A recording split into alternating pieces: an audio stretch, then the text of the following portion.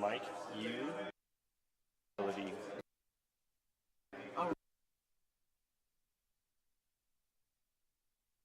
Yes, ma'am. That's all. Yes, ma'am. It'll No, tell you. that's speaking. Yes, ma'am. Yes, Yep. that's on.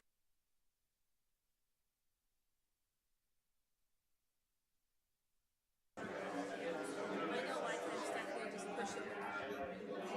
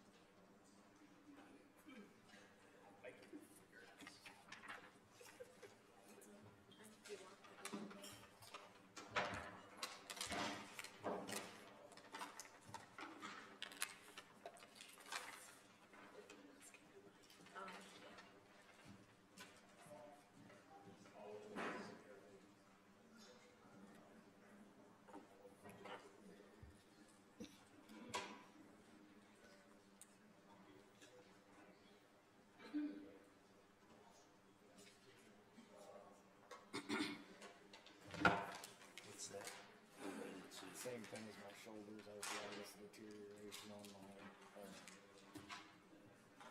discs, and two of them need to be replaced. And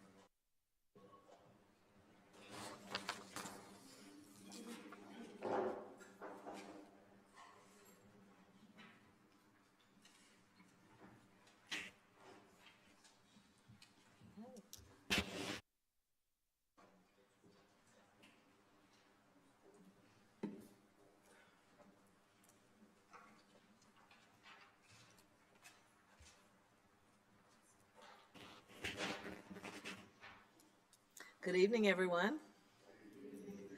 It is 6:03 p.m. on Tuesday, December 9th, 2025. I'd like to welcome everyone present in our historic City Council chambers. I'd also like to welcome everyone in our City Council, who's watching on cable channel 22 and the Peoria YouTube channel. Madam Clerk, council mics are open. Please call the roll. Mayor Ali, Present. Councilmember Allen, Present. Councilmember Carmona, Here. Councilmember Sear, here, Councilmember Gordon Young, Present. Councilmember Jackson, Here. Councilmember Kelly, here, Councilmember Euler, Here. Councilmember Riggenbach, Here. Councilmember Velpula, present, Councilmember Vespa. here. Madam Mayor, we have a quorum present. Excellent. Everyone is here. This is our final meeting of, City Council meeting of 2025, and we have quite a full agenda tonight. Everyone, please join me and stand for a moment of silent prayer or silent reflection, followed by the Pledge of Allegiance.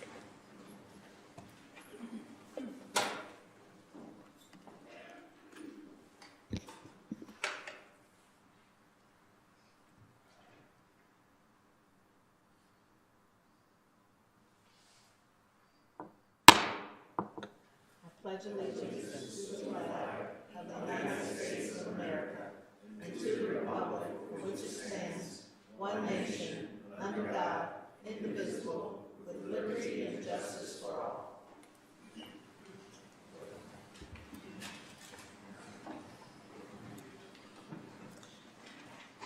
Madam Clerk, We are at proclamations. we have one proclamation tonight, and it is the 125th anniversary of FamilyCore.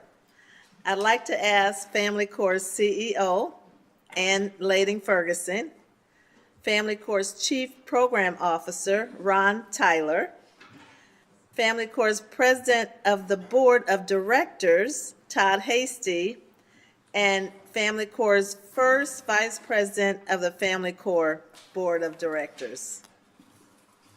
First Vice President. Thank you all for joining us tonight.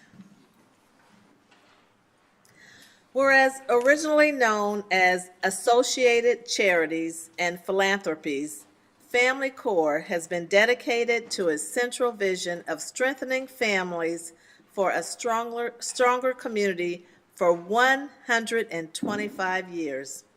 And whereas established as Associate Charities and Philanthropies in the Assembly Room of Peoria City Hall in 1900, the agency has operated as FamilyCore since 2010. It has also been known as the Family Welfare Association of Peoria, Child and Family Services, Counseling and Family Service, and Counseling and Family Services. I remember all those names. No matter the name, FamilyCore has consistently evolved to meet the needs of families while remaining rooted in its founding values.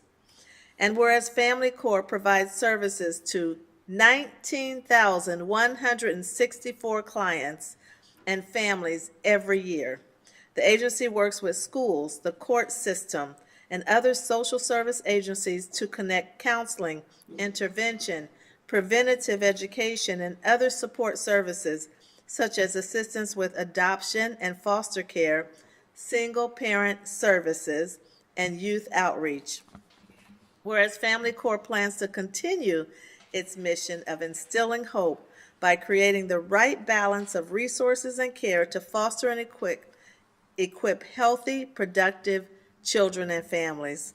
And whereas as the agency commemorates its 125th anniversary of service, the City of Peoria congratulates FamilyCore on its continued efforts to promote safe environments for children and families. Now, therefore, I, Rita Ali, Mayor of the City of Peoria, Illinois, do hereby celebrate the 125th anniversary of FamilyCore in Peoria, Illinois.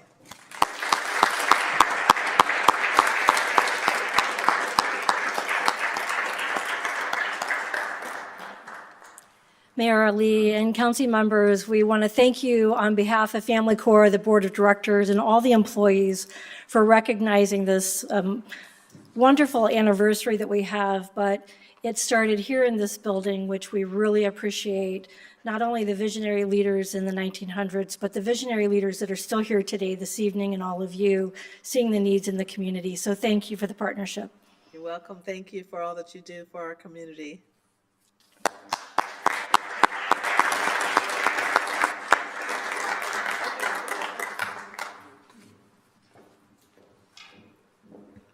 Madam Clerk.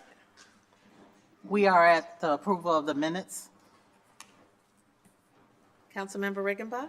Thank you, Madam Mayor. I move to approve the minutes of the joint city council and town board meeting held November 18th, 2025 as printed. Seconded by Councilmember Kelly. Any questions, comments?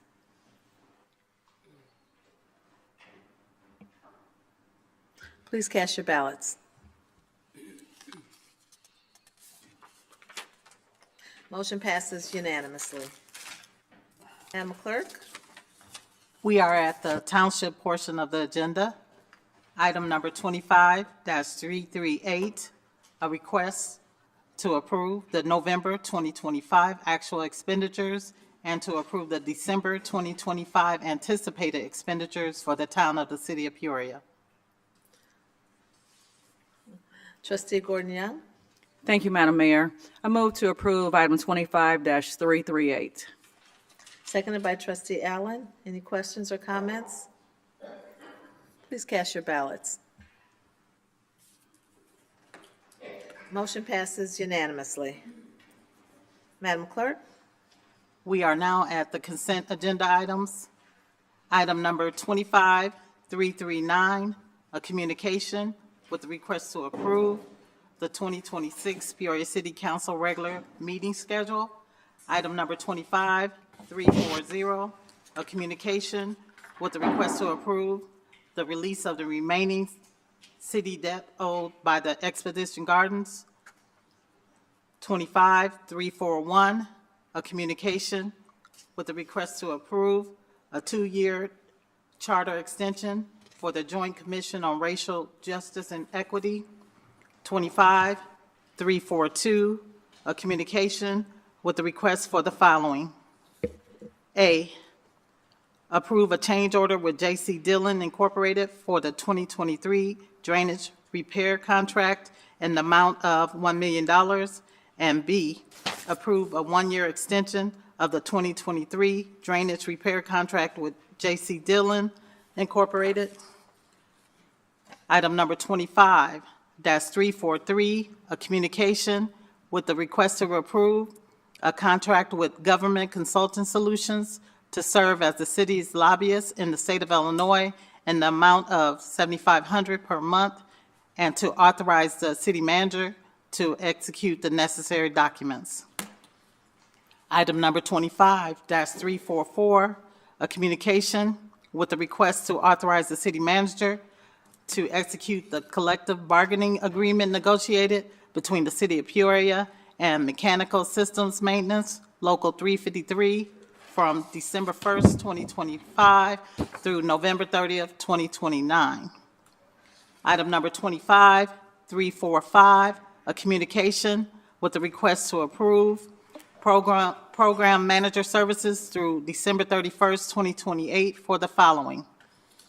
A, an agreement with Hanson Professional Services and the amount not to exceed $1,250,000 for transportation program manager engineering services. B, an agreement with Millennia Professional Services of Illinois and the amount not to exceed $2,625,000 for construction program manager engineering services. C, an agreement with Mead and Hunt, an amount not to exceed $2,750,000 for sewer and combined sewer program manager engineering services. D, an agreement with Foth Infrastructure and Environmental, LLC, an amount not to exceed $1,250,000 for solid waste program manager engineering services.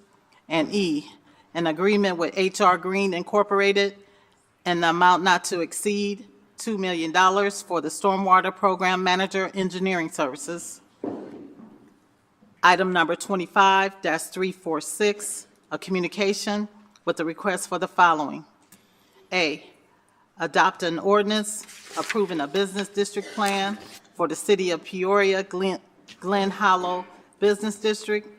B, adopt an ordinance designating the Glen Hollow Business Development District. And C, adopt an ordinance imposing a retailer's occupation tax and a service occupation tax in the Glen Hollow Business Development District. Item number 25-347, appointment by Mayor Ali to the Sister City Commission with a request to concur. Jorell Glass, Angela Weck, Abigail Appleton, Timothy Doyle is a reappointment. And that concludes the consent agenda items. Thank you, Madam Clerk. Are there any items to remove from consent? Councilmember Allen? No, it's all good. Thank you, Madam Mayor. I would like to pull agenda item 25-341, please. Can you repeat that again? Agenda item 25-341. 341, okay.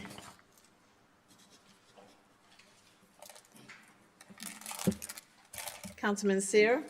Thank you, Madam Mayor. Item number 25-340 and 25-343. Councilmember Carmona? Thank you, Madam Mayor. Item 25-346, please. 346? Yes. Okay. Councilman Euler? Thank you, Madam Chairwoman. 25-344. Thank you.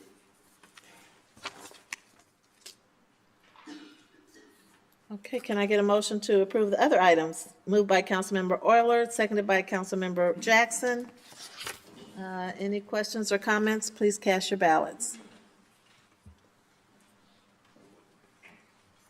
Motion passes unanimously. Okay, Madam Clerk, here we go. 25-340, a communication with a request to approve the release of remaining city debt owed by Expedition Gardens Incorporated. Councilmember Seer. Thank you, Madam Mayor. Mr. Manager, welcome back. I hope you're doing very, very well. Thank you. You don't look any better, but hopefully you feel better. Sorry, sir. It's cold outside. Okay, for the sake of accountability, I just can't, I know it doesn't mean anything, but I mean, this organization, this corporation owes the city of Peoria over $450,000. $225 is the what they owe us, I believe, and $225 is penalty or interest on what they owe us, something like that. But anyway, I know it doesn't mean anything, but I can't vote for this and just sweep it under the carpet. So I'm a no for this. I don't know if we need any motion or anything like that, but I don't know what you can say, Mr. Manager, about this, but.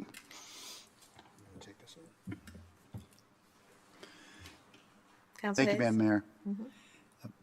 Councilman, as you know, our the city had the opportunity to acquire this property through a foreclosure process. As part of that foreclosure process, the Expedition Gardens Authority met with the city and the bank and asked the bank and the city to forgive the additional debt. The bank had a $201,000, that's Morgan Community Bank, a $201,000 deficiency judgment out of the foreclosure. And as the council is aware, we perfected our stormwater utility liens. At the time, it was in the amount of about $457,000, but additional stormwater liens accrued after that while the foreclosure was pending. So the total amount of debt is, as you expressed, $400,000, over $480,000. The forgiveness of that level of debt, usually, we would pursue debts like that. But the bank and the city, when we met with Expedition Gardens, were faced with the Expedition Gardens threat that they would appeal the foreclosure. So the bank issued a satisfaction immediately of the outstanding amount of that deficiency judgment. So they released it. And I indicated, because of the timing of city council meetings, that I would just ask the council to forgive that debt. I did share with council that I think that debt's likely uncollectible. The Expedition Gardens Authority has no operations. They don't have a place because we're now in possession of the property. And so I shared with the council that perhaps we would be writing this debt off at some point in time in the future, and that I would ask the council to take the same step the bank did and recognize the insolvency of the entity and write off the balance of the stormwater debt. Thank you, council. And that sharing was in a closed session Yes. meeting. So, Mr. Hayes, thank you for the explanation, but I'm not an attorney, but am I incorrect in my thinking that we need to protect this city from people that owe us money and maybe want an opportunity to open another business or serve on some other boards, that if we forgive the debt, they would have a clean slate and be able to do whatever they want? Am I correct in saying that? I think that the council has the discretion to forgive debt or not, and I try to stay away from articulating an answer to a should question. It is a difficult decision for the council to make whether to forgive debt or not.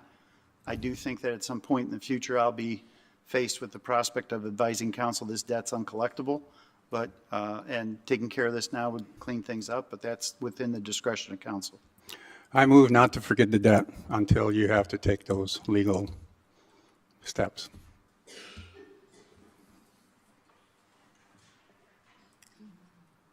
I made the motion. You made a motion? Yeah.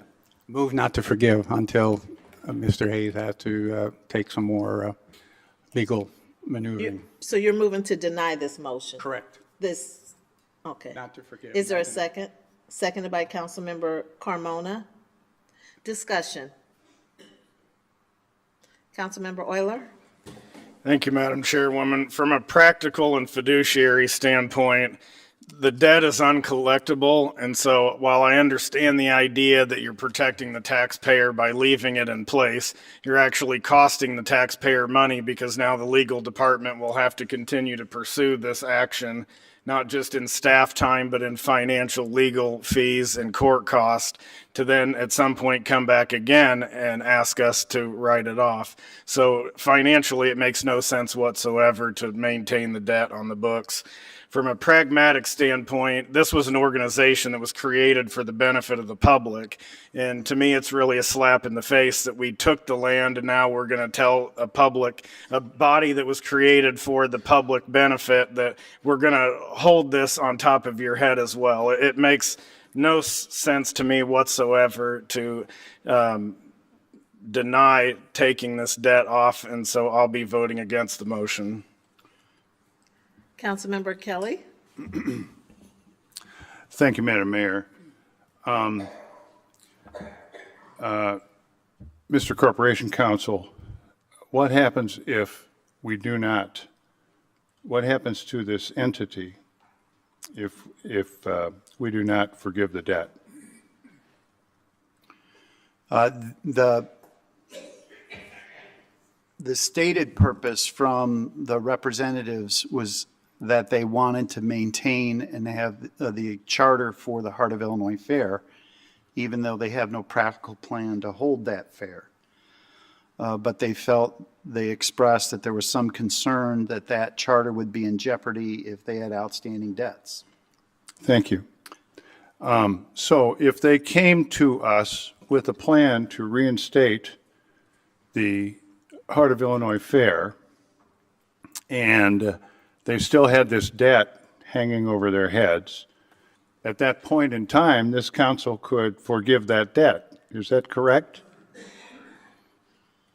The council would have discretion to forgive the debt in the future, yes. Okay, so I don't know what the rush is.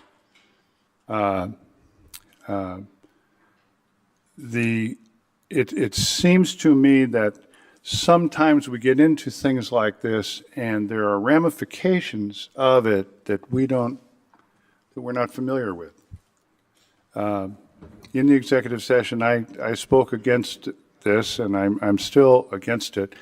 I think it is likely to make zero difference.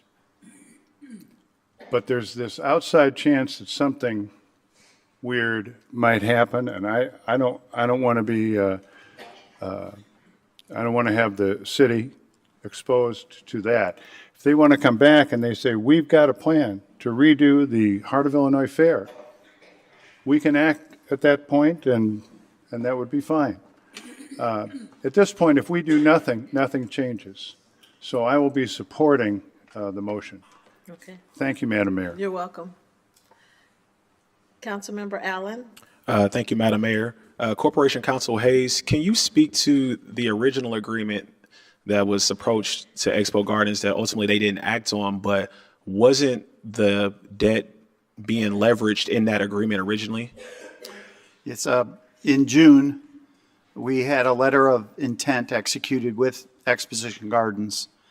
The basic tenets of that, or elements of that agreement, was that the Exposition Gardens would sell the property to the city for the city satisfying the Morton Community Bank mortgage.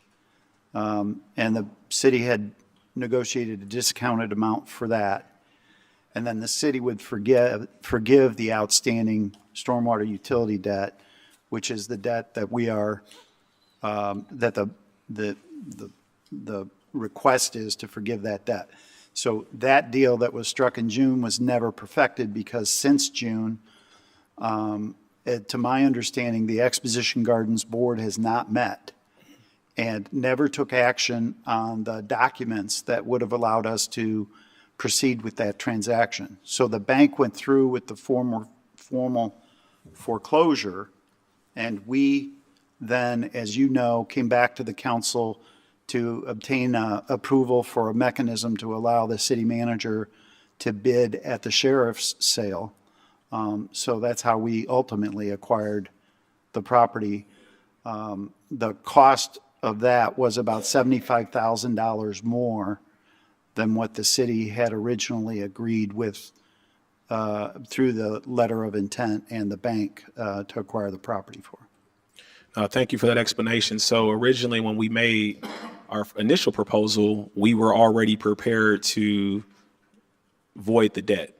And so I think now to continue holding this debt over Expo Gardens or whoever still represents Expo Gardens, I think at this point really doesn't make a lot of sense. The old adage, you can't squeeze blood out of a turnip. I mean, unfortunately, Expo Gardens, which, as Councilman Euler said, was a quality of life opportunity for our community, but the last several years have gone on tough financial times. And if they are able to resurrect the fair in some capacity, the chances of them doing it in the city of Peoria are honestly slim to none, considering the acreages they would need to execute a fair. So I think it's best at this point, and I know there's a lot of feelings about the particular property at Expo Gardens and them losing it and us taking it over and now looking to convert it into single family housing. But I think it's best for us to shut this chapter. There's a lot of emotion involved in this. And I understand the business case in this and possibly creating a precedence. And I know that the stormwater utility fee is always a point of contention, especially in the Allen household when we get that bill every 4 months. But I think, though, that we need to close the chapter on this book so that way both parties can move on.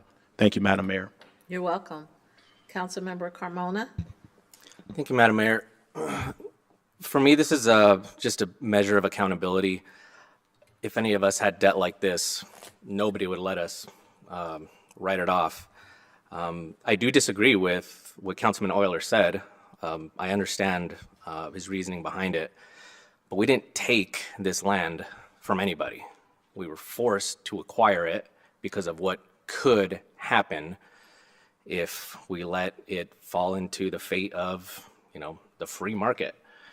So we've done a lot already, and I agree with this whole issue, that the city is being treated as a mechanism for bailout.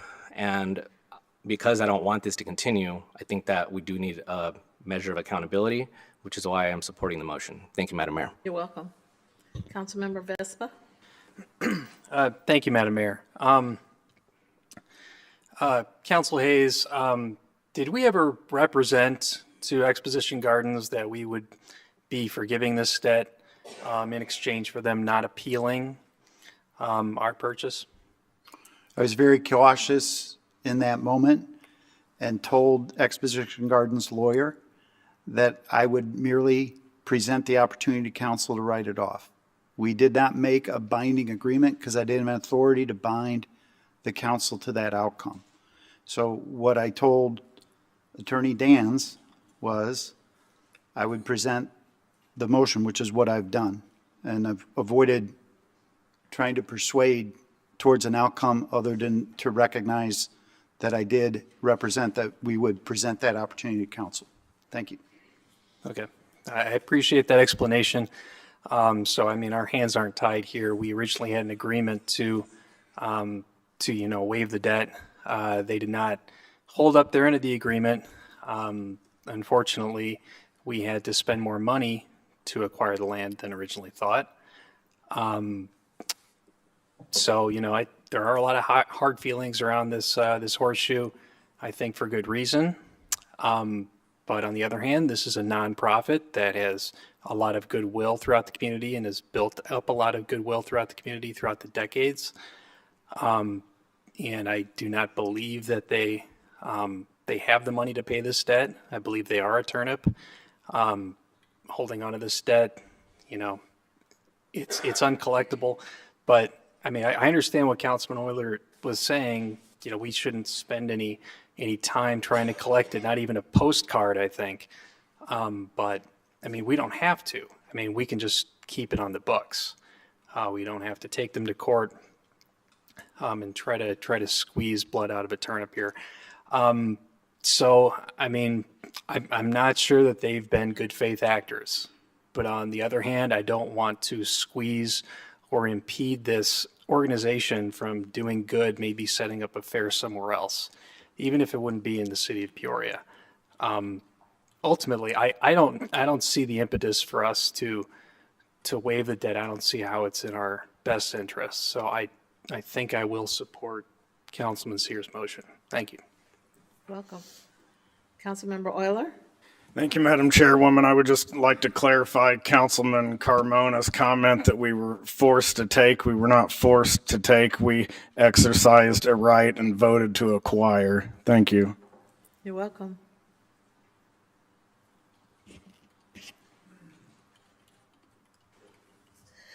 The motion is to deny release of the remaining city debt owed by Exposition Gardens. Please cast your ballots.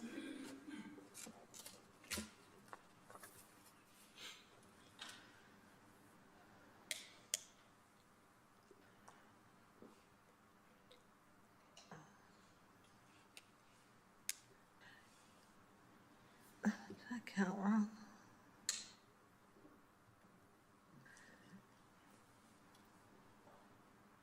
Motion fails 6-5. Voting no, Jackson, Regenbach, Euler, Gordon Young, Vespa, no, I'm sorry, not Vespa, Allen and Ali. Madam Mayor?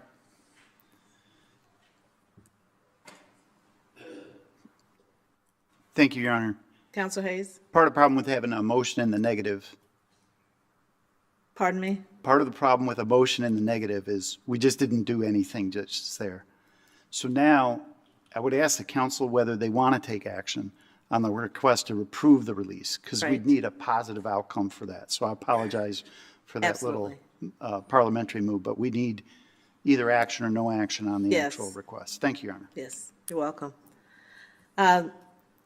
Is there a motion to approve? Moved by Councilmember Euler, seconded by Councilmember Regenbach.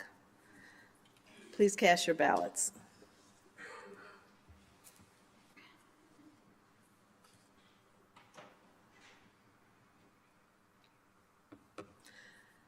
Motion passes with 5 no votes. Valpula, Kelly, Sear, Carmona, and Vespa. Thank you. Madam Clerk? Item number 25-341, a communication with a request to approve a 2-year charter extension for the Joint Commission on Racial Justice and Equity. Councilmember Allen? Thank you, Madam Mayor. I pulled this particular item due to my employment with Peoria County government as the Chief Diversity, Equity, and Inclusion Officer. I serve as council liaison to the commission, and I have for several years, but because of the intergovernmental agreement between the two bodies, I will be recusing myself from this vote. Thank you, Madam Mayor. Understood. Councilmember Kelly? Thank you, Madam Mayor. I view this as an extension of something that we don't have much information on. I'm willing to go ahead and vote for the extension. But I would, we've gotten a couple shiny reports, but nothing really has happened. This is, 5 years old at this point, am I right? And we've had 2 reports. Both of them said that we had a racist government here, which I took issue with. I'll do this, but I would like to see what this giant commission has accomplished. There's an annual report every year.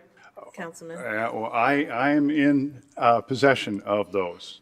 I don't see much that's happened except a lot of nice, yeah, I'm sorry. They haven't been very satisfactory to me. So I will move to approve. Is there a second?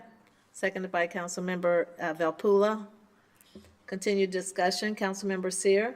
Thank you, Madam Mayor. I feel a little similar to Mr. Kelly, but more importantly for me, I want a question for Mr. Manager. Do we have any financial commitment to this that's tied to this extension? We've had the financial commitment of helping to prepare the report, supporting the efforts of some of the training of the commissioners, working with the county on that. We've intended to kind of share those expenses over the years. It hasn't been a significant dollar amount that we've had. It's been probably under $10,000 each year. So we don't have a line item for this commitment. It's part of the general fund? Yep. Unfortunately for me, there's a motion on the floor already, but I'd love to defer this item until they give us, I would want to see a presentation of what they want to accomplish the next 2 years, if possible. Just We've work. had them here. I'm sorry? You know, we've had them here not long ago. I understand, but it'd be nice to, like you said, there's an annual report, and we should see them at least once a year. I'd love to see them before we do this. That's all I'm saying. But again, there's a motion on the floor, so, but that's just my opinion. Okay.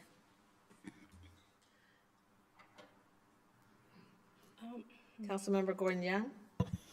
Thank you, Madam Mayor. Just a question. I'm not sure who can answer the question, but because I've had the pleasure of attending these meetings in the past and just learning some of the processes and the relevance of it. And also, I do recall the meetings and the presentation. I think it's going to be important that council is very, very specific on what you're asking for, because there has been a presentation and I found to be very relevant. So even if you go back to do something different, how do we know that it's going to be what you expect? And also, the second part of that is, have any of you attended any of these meetings to see what they are about? Because I think firsthand, that'll really give you a great idea of the relevance of it. Something to consider if you haven't. So I don't know. So there was a question in there. You know, are they open? Mm-hmm. I know they are, but I'm just being, making that. They are? Okay, so I'm getting some nods. So perhaps you guys can try to attend, so that way you get an idea of what is happening behind the scenes beyond the really nice paper presentation, which is great, but then also they have come and presented as well. Just a reminder, this is happening. We got to be specific. Otherwise, you're going to constantly, do it over and over and over. And I thought you did a great job to begin with. We got to make sure we know what we're doing. Where are you headed at? Thank you, Madam Mayor. Thank you. Now we have a motion on the floor to approve the 2-year extension of the City-County Joint Commission on Racial Justice and Equity. Please cast your ballots.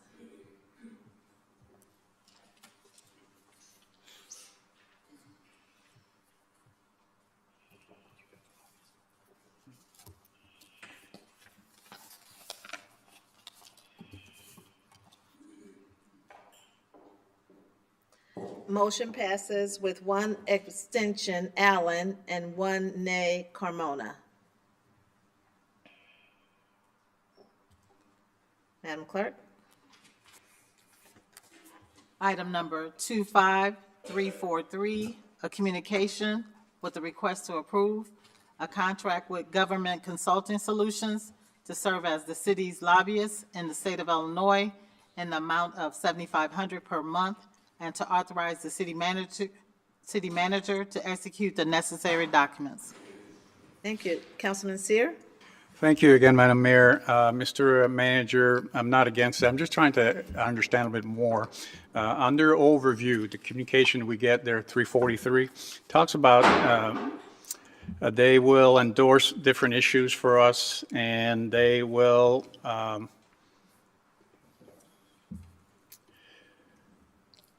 we'll work, it says right here, we'll work closely with the mayor and the member of the city council. Well, personally, I've been here 8 years to see, nobody ever called me, or I've never had any conversation with any of our lobbyists. So, and I'm not against that, but I'm just trying to understand, we have 4 state representatives in our area, and to me, their job is to represent us. So explain to me, why do we need to invest another, what is that, $80,000, $90,000 for lobbyists when we have 4 representatives in this area? Well, I think if you were to talk to our legislative delegation, they'd tell you that it's very important that we have representation in Springfield. With the thousands of bills that are brought forward every session, it's not often that it's not always the case that our legislators are able to stay on top of everything that's coming that could affect us both positively and negatively, and that having representation in Springfield is very important for us, not only in advocating for specific Peoria positions on legislation or appropriations, but also for being defensive and making sure that we're addressing any bills that may be negative towards the city of Peoria. So those are the reasons why we do that. We can certainly, this is a new firm that has more representation than we've had in the past. We really had 2 firms that were representing us in the last couple of years. So this will provide us more opportunity for them to engage, I think, with the council and talk about that as we go forward with this new set of lobbyists.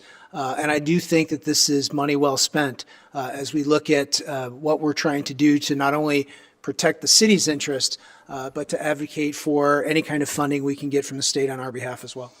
So how many lobbyists have we had working for us the last 8 years?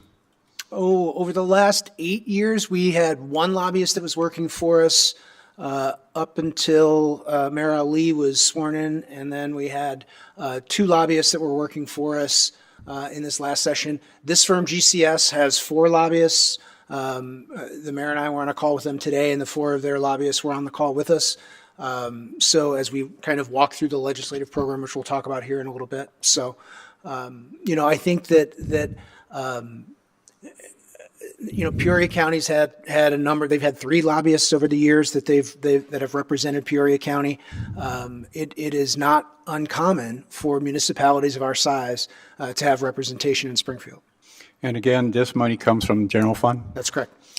Move to approve, Madam Mayor. Is there a second? Seconded by Councilmember Euler. I also want to thank Councilman Riggenbach for participating in the interview process. And it wasn't just he and I and the city manager. We had input from our representatives to Councilman Sear. They weighed in, and this firm really comes highly recommended. And I'm very impressed with what my expectation is, what we're going to get out of our new lobbyists. Councilmember Riggenbach, did you want to comment at all? Yes, thank you, Madam Mayor.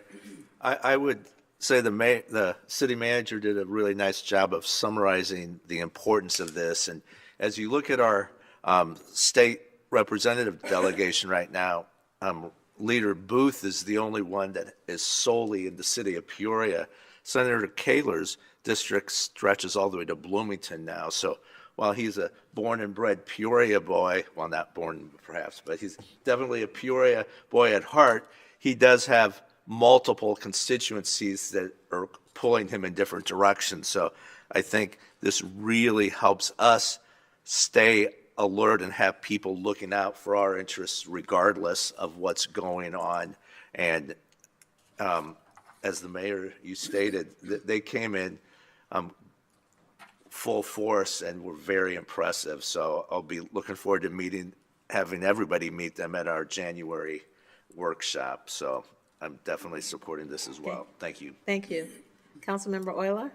Thank you, Madam Chairwoman. I definitely see the need for a lobbyist, but I want to echo Councilman Sear's points that if this were the same company on the agenda, I would definitely be voting no. I think we got a big 0 for them during their time of service, and I would question if they even knew where the city of Peoria was, because our lobbyist prior to them was here on a regular basis and interacted with the council, and I didn't see one single communication from the last firm during the last term. So I want to make sure that that expectation gets set up front. Thank you.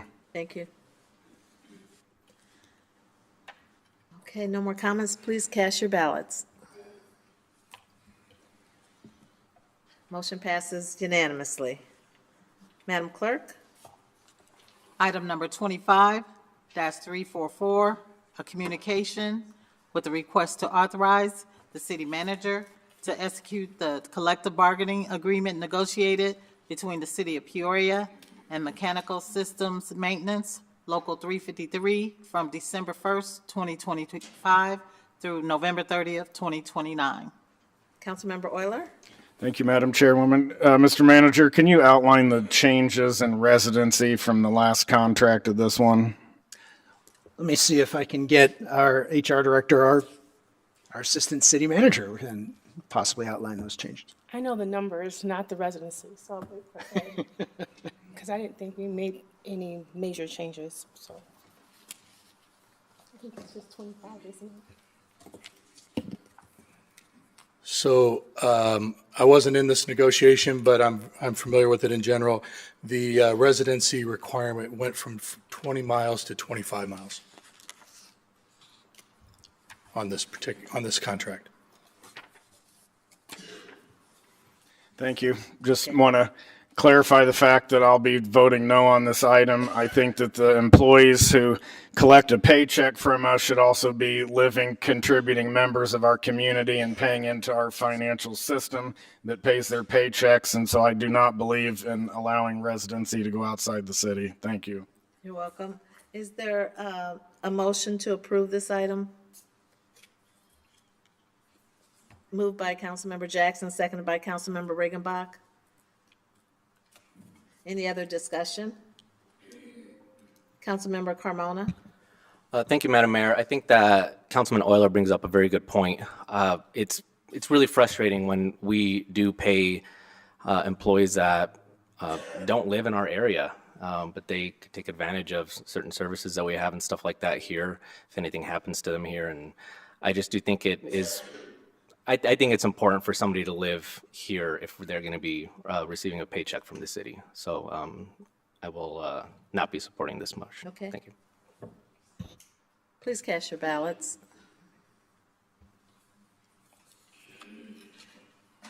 Motion passes with 2 nays, Euler and Carmona. Madam Clerk?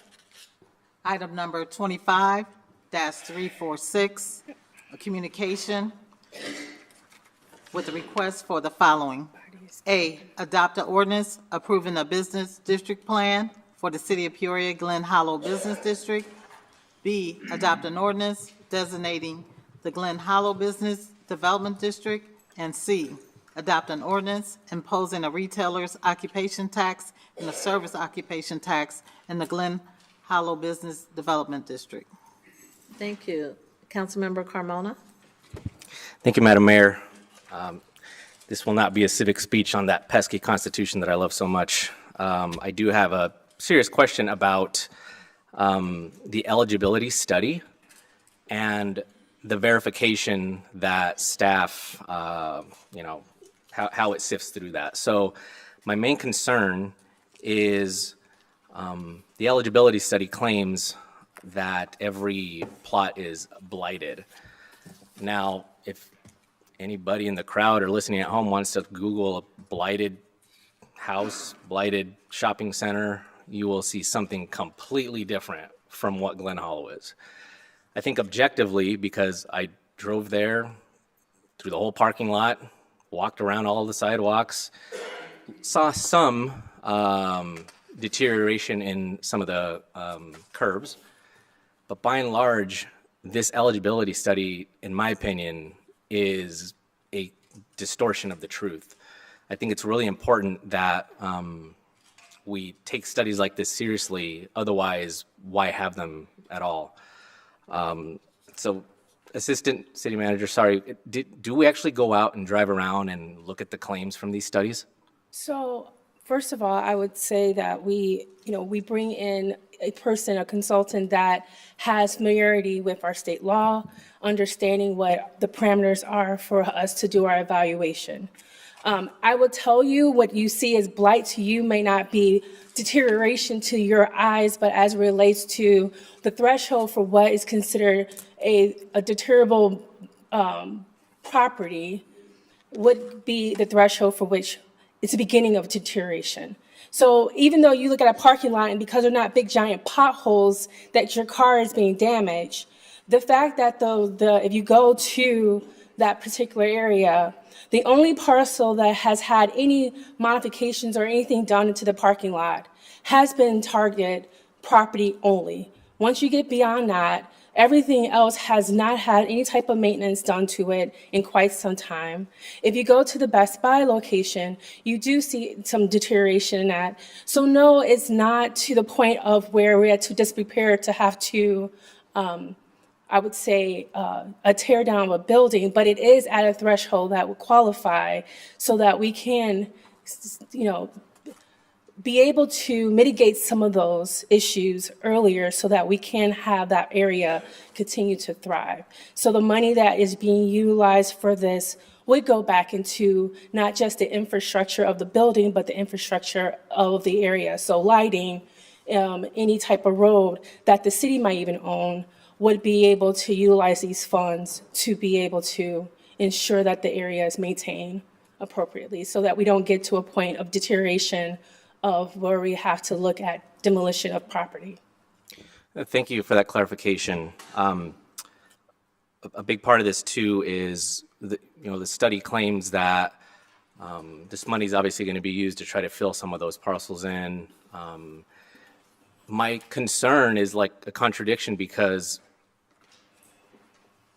when Best Buy and Party City and that shopping center was full, why then didn't the developer maintain and take care of the property as he's supposed to? I mean, I think that's a very valid question to ask because the citizens, the city, taxpayers don't own this property, but they are being asked to,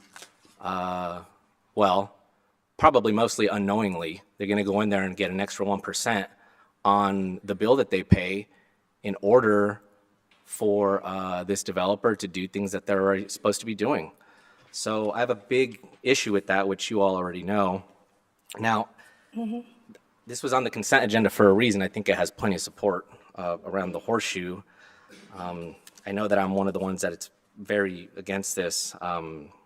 If this is the will of the council, I believe that we can do better by the citizens of our city. I think that we need some sort of policy, some due diligence to identify properties that are actually in need by looking at vacancies, what I would just say actual blight, new investments, something that requires accountability and safeguards our citizens from bailouts and routine expenses that are supposed to be now paid by them. Also a policy that treats local entrepreneurs and national chains fairly, so we're not just benefiting big box stores. I think we've already set a bad precedent with this conversation and this potential business development district, because already later on we're going to be voting on a developer who has another shopping center that I would say is one of the healthiest in town, asking to increase their 0.75% to a full 1% and extend the life of the special service area. I think that's kind of a sign that people will be knocking on the doors of City Hall, every single developer, to make sure that they also get their 1% from citizens, which turns into a city that is built on a bunch of crazy taxes, which nobody likes. Because I'm very concerned about transparency and making sure that we pick the right properties to actually have the authority to tax people more with our permission, I'd like to make a motion to defer this item until we can come up with a policy, an objective policy, to establish clear standards and criteria for BDD and SSA approvals. We've got, thank you, Councilman Carmona. Councilmember Allen? My comments were to the original motion, so I'll let us vote on this and we'll come back. Did you just move? Okay, second, you want a second? Okay. Continued discussion, Councilmember Kelly? Madam Mayor, I had comments on the original motion, not on the deferral. I'll be voting for the deferral, but I'll save my comments until this comes up again. Okay. I'm sorry, I did not hear the deferral. Who made the deferral? You made the deferral. Okay. You seconded the deferral? Yes. Okay, I understand. Okay, we're going to vote on the deferral. Okay, related to the deferral. Thank you. Councilmember Orloy?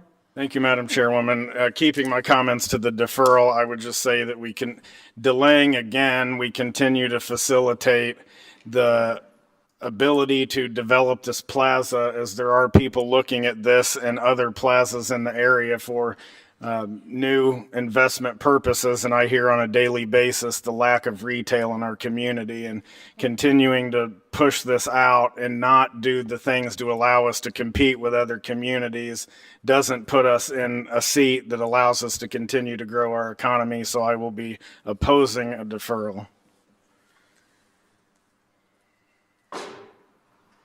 Councilman Briggenbach, did you have a comment? Okay.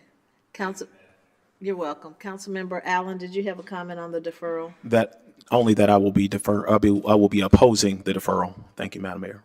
Okay. And just a point of clarity, if we do not pass this today, we will have to start over again. So this would have to go through a new process, as we would have timed out this current ability to pass this business development district. Okay.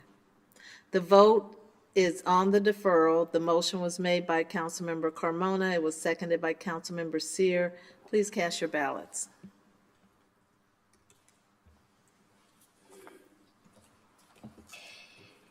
The motion fails with no votes by Velpula, Jackson, Riggenbach, Euler, Gordon Young, Vespa, Allen, and Ali. Can I get a motion to approve? Moved by Councilmember Allen, seconded by Councilmember Gordon Young. Any continued discussion? Excuse me, Madam Mayor, we'll need 3 separate votes for each item. Okay, we're on item A, moved by Councilmember Allen, seconded by Councilmember Gordon Young. Please cast your ballots. Madam Mayor, do we have discussion on the motion, please? I did ask for a discussion. I didn't see your light. Did you have your light on? Well, it's green here. Councilmember Kelly? Thank you, Madam Mayor. I have good friends in the ownership of this shopping center. Nevertheless,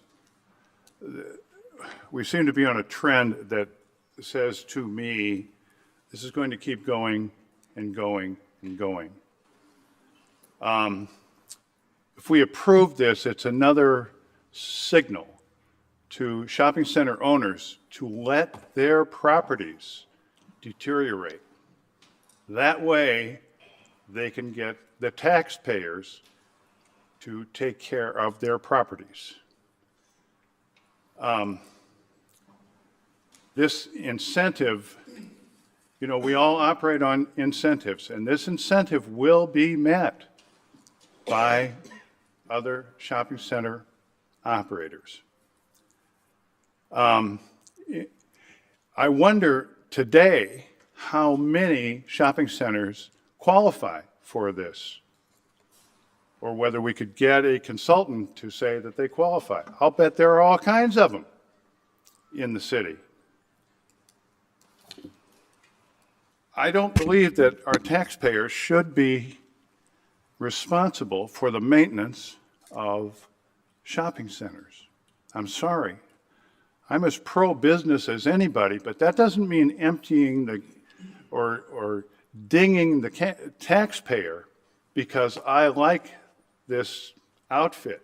If we like this outfit that much, let's vote to take the money out of our general fund and fix their potholes and whatever.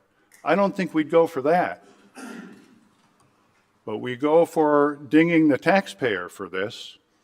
And if we approve the next one, and the next one, and the next one, we have coming up a really well taken care of shopping area that's using this system, and they want to renew it.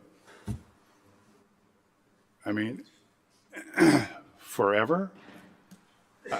I think we're going down a trail here that we should not be going down. We are not representing our taxpayers.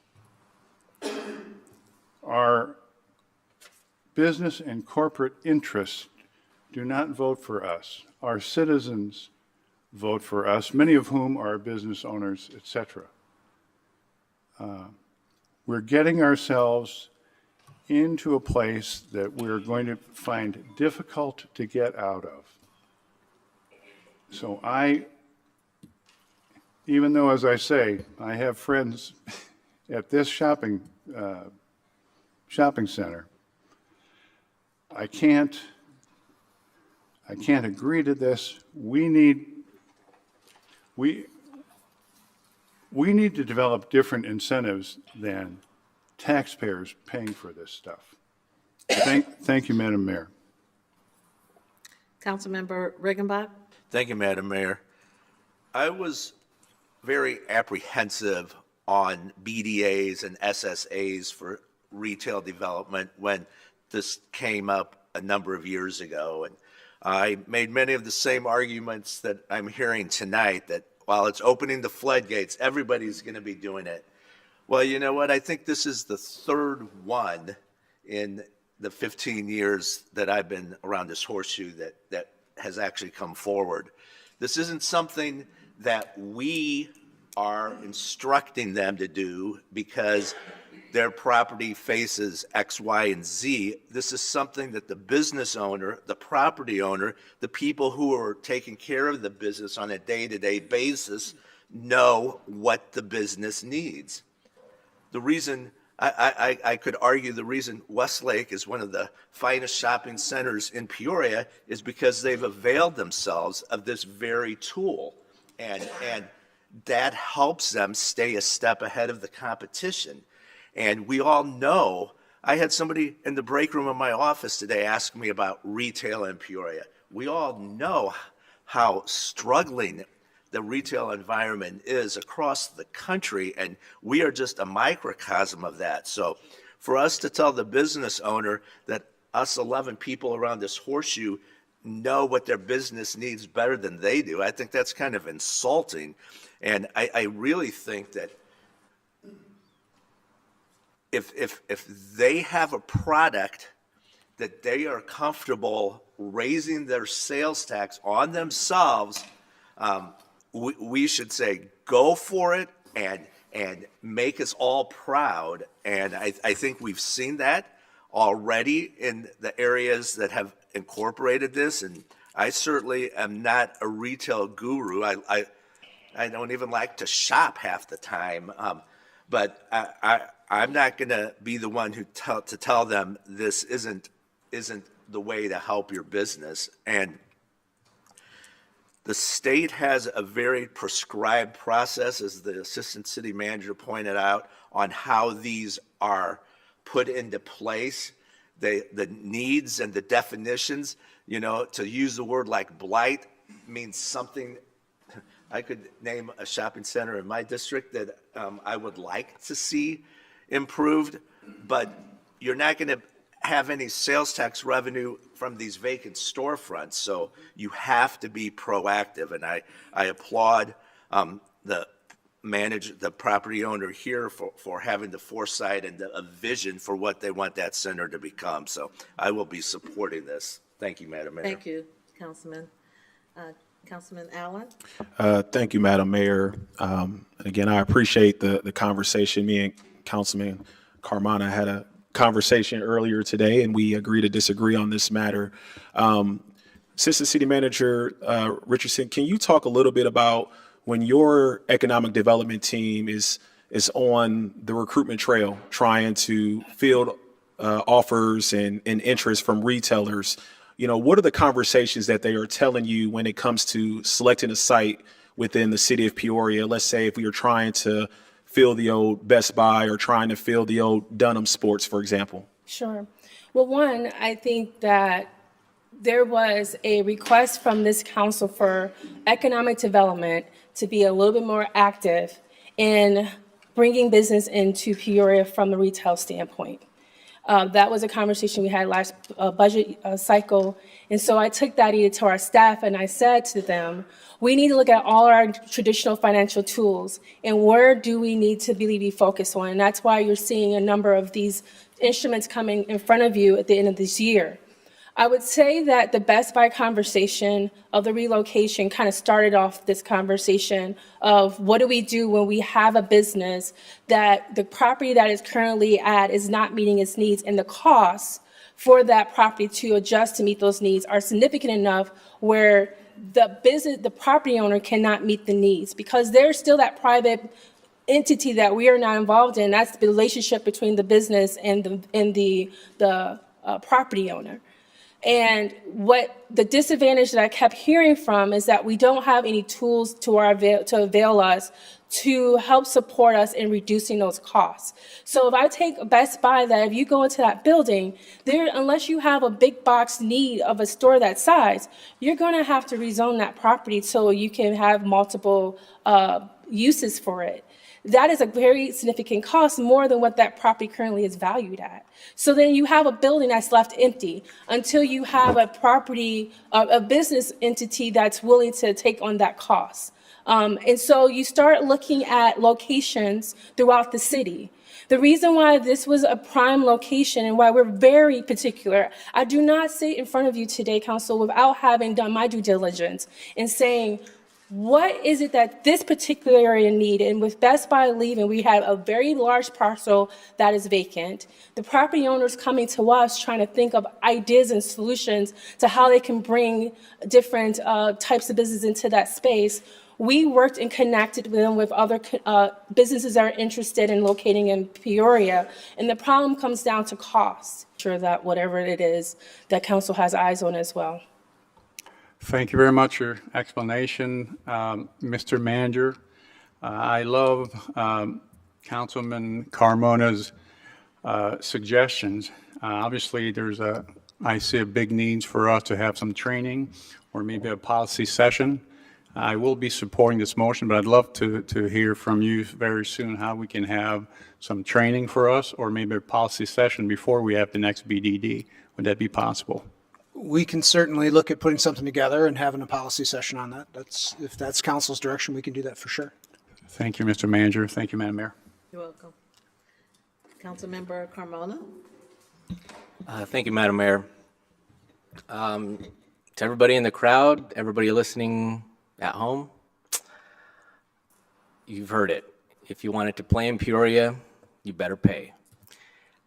What will amount to tens of millions of dollars that goes into this fund is money that most people will not have a clue is being taken from them. Because even though we have a good crowd in here today, the reality is that most people just won't know that this is happening to them. They'll just chalk it up to inflation, rising costs like every day. We're taxed in so many different ways that things like this have become institutionalized norms for government to do to its own citizens and to allow businesses to do to its own citizens. Those tens of millions of dollars and all the ones that have already been collected from other counties, I don't care if they do it. That's great, good for them. But it's still taxation without representation, because you're not going to get a dividend check back from this great development. Best case scenario, you get more places to spend your money. Thank you, Madam Mayor. Welcome. Councilmember Gordon Young. Thank you, Madam Mayor. I would like to follow Councilmember Carmona's comments with the citizens of this community are smarter than we give them credit for. We want, and meaning all of us want better. We want options. And the reality is, this is the way things are going now. And we're always getting, we always hear how everybody else is doing it and doing it better. When we get an opportunity that was presented to us to take advantage of, you know, I think we got to be careful that we don't insult the citizens of this community.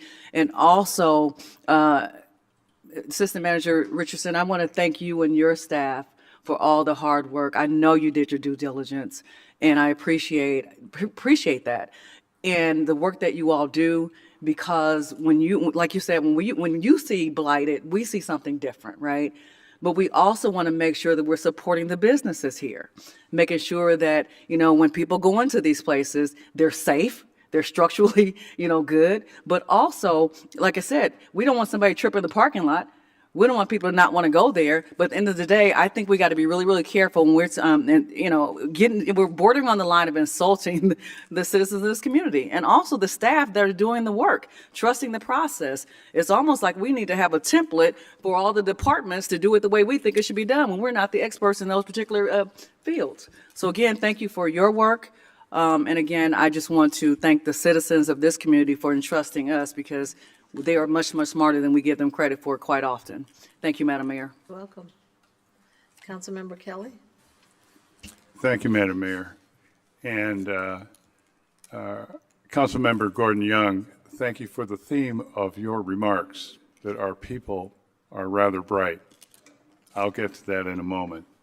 I would like to remind the council that retail is the end of the line as far as economics is concerned. You start with wealth creation over here, you pay wages, et cetera, and so that people can go out and buy something.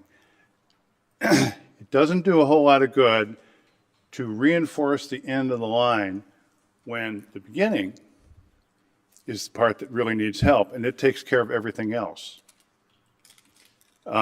And we're not, in my opinion, we're not doing that, because we, as a government body, are very, very dependent, in my opinion, overly dependent upon sales taxes. Sales taxes are punishment to people for buying in our city. The thing is, every city does it, so it doesn't look like that. Okay? But why would we penalize people? You know, you want to help retail? Cut sales tax. Oh, no, we can't do that. Okay? That would help retail, and that would help our people. I'd close by coming back to, I also want to say to, to our Assistant City Manager, I appreciate very much the work that you do, and I know that you work very hard at this, and I appreciate it, and I think our citizens should appreciate it. You are working with the conventional tools that everyone else works with. These tools don't work all that well here. They don't work all that well anywhere. And what they tend to do is, I'm not saying anywhere, I'm sorry, in most places, these tools don't work. But we do them because they're conventional, and we are afraid to step out and try something new. But I think the work you do within the constraints we have is very, very good. Finally, I'll end by saying, and going back to what Councilwoman Gordon Young had to say, I think our people are bright. I would like all the council members to ask themselves, if this question came to your constituents, how would they vote? Thank you, Madam Mayor. Welcome. Councilmember Euler? Thank you, Madam Chairwoman. I ask my constituents questions like that on a daily basis, and I can show you the text messages, emails, voicemails on why we don't have retail and everybody else does. I guess also one of the things that comes with nearly a decade of sitting in this chair, other than the fact that I have a lot less hair than I did when I started, is the fact that I've seen this iteration go around a few times. And I know for a fact that Dillard's is not here because we weren't willing to do this some years ago. Von Mauer isn't here because we weren't willing to do this. Bergner's is gone because we weren't willing to do this. We have to be willing to compete. That's the reality of the situation. And I don't want to belabor the point because I made it the last time we spoke about this topic. But we can sit here and say we don't want to do the things that it takes to get the retail and to give our citizens the amenities that they ask for, but what's the alternative? Are you okay just sitting by and watching our constituents complain about the fact that we don't have these things and somebody else does? Somebody else is getting the tax revenue off of those things that we could be getting. Somebody else is getting the property tax revenue off the buildings that are occupied when we're talking about how we're going to satisfy the vacant strip malls. All of these things are part of a bigger ecosystem that we get elected to make decisions on and protect. And so philosophy's great, but at the end of the day, I got elected to make decisions and I'm here to do that. So I will be supporting going forward with this. Thank you. You're welcome. Councilmember Carmona? Thank you, Madam Mayor. For the record, no one's ever called me to demand that we have more places to shop. When I get calls, it's always about safety. I'm not disputing what you're saying because I know that some people do want more places to shop here in Peoria. Assistant Manager Richardson, if I came across as impolite, I'd like to apologize to you. As far as the citizens of Peoria, I'm the one trying to keep the money in your pocket. I think you are intelligent. I am not here to help subsidize capitalists who aren't reading trends. I am here to protect the Constitution and to do right by every citizen in Peoria, which is why I feel so strongly about this. Thank you, Madam Mayor. You're welcome. We are voting on item A, adopt an ordinance approving a business district plan for the city of Peoria Glen Hollow Business District. Please cast your ballots.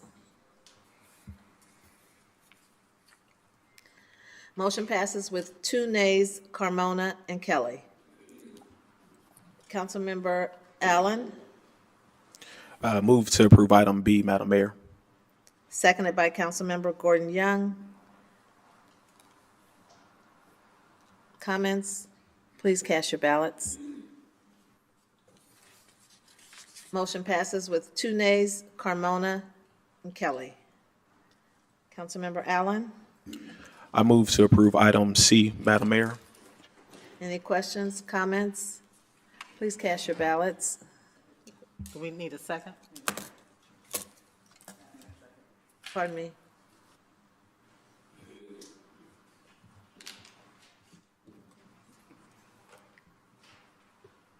Councilmember Gordon Young?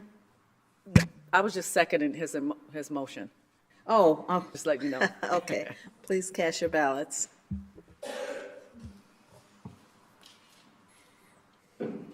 Motion passes with 2 nays, Carmona and Kelly.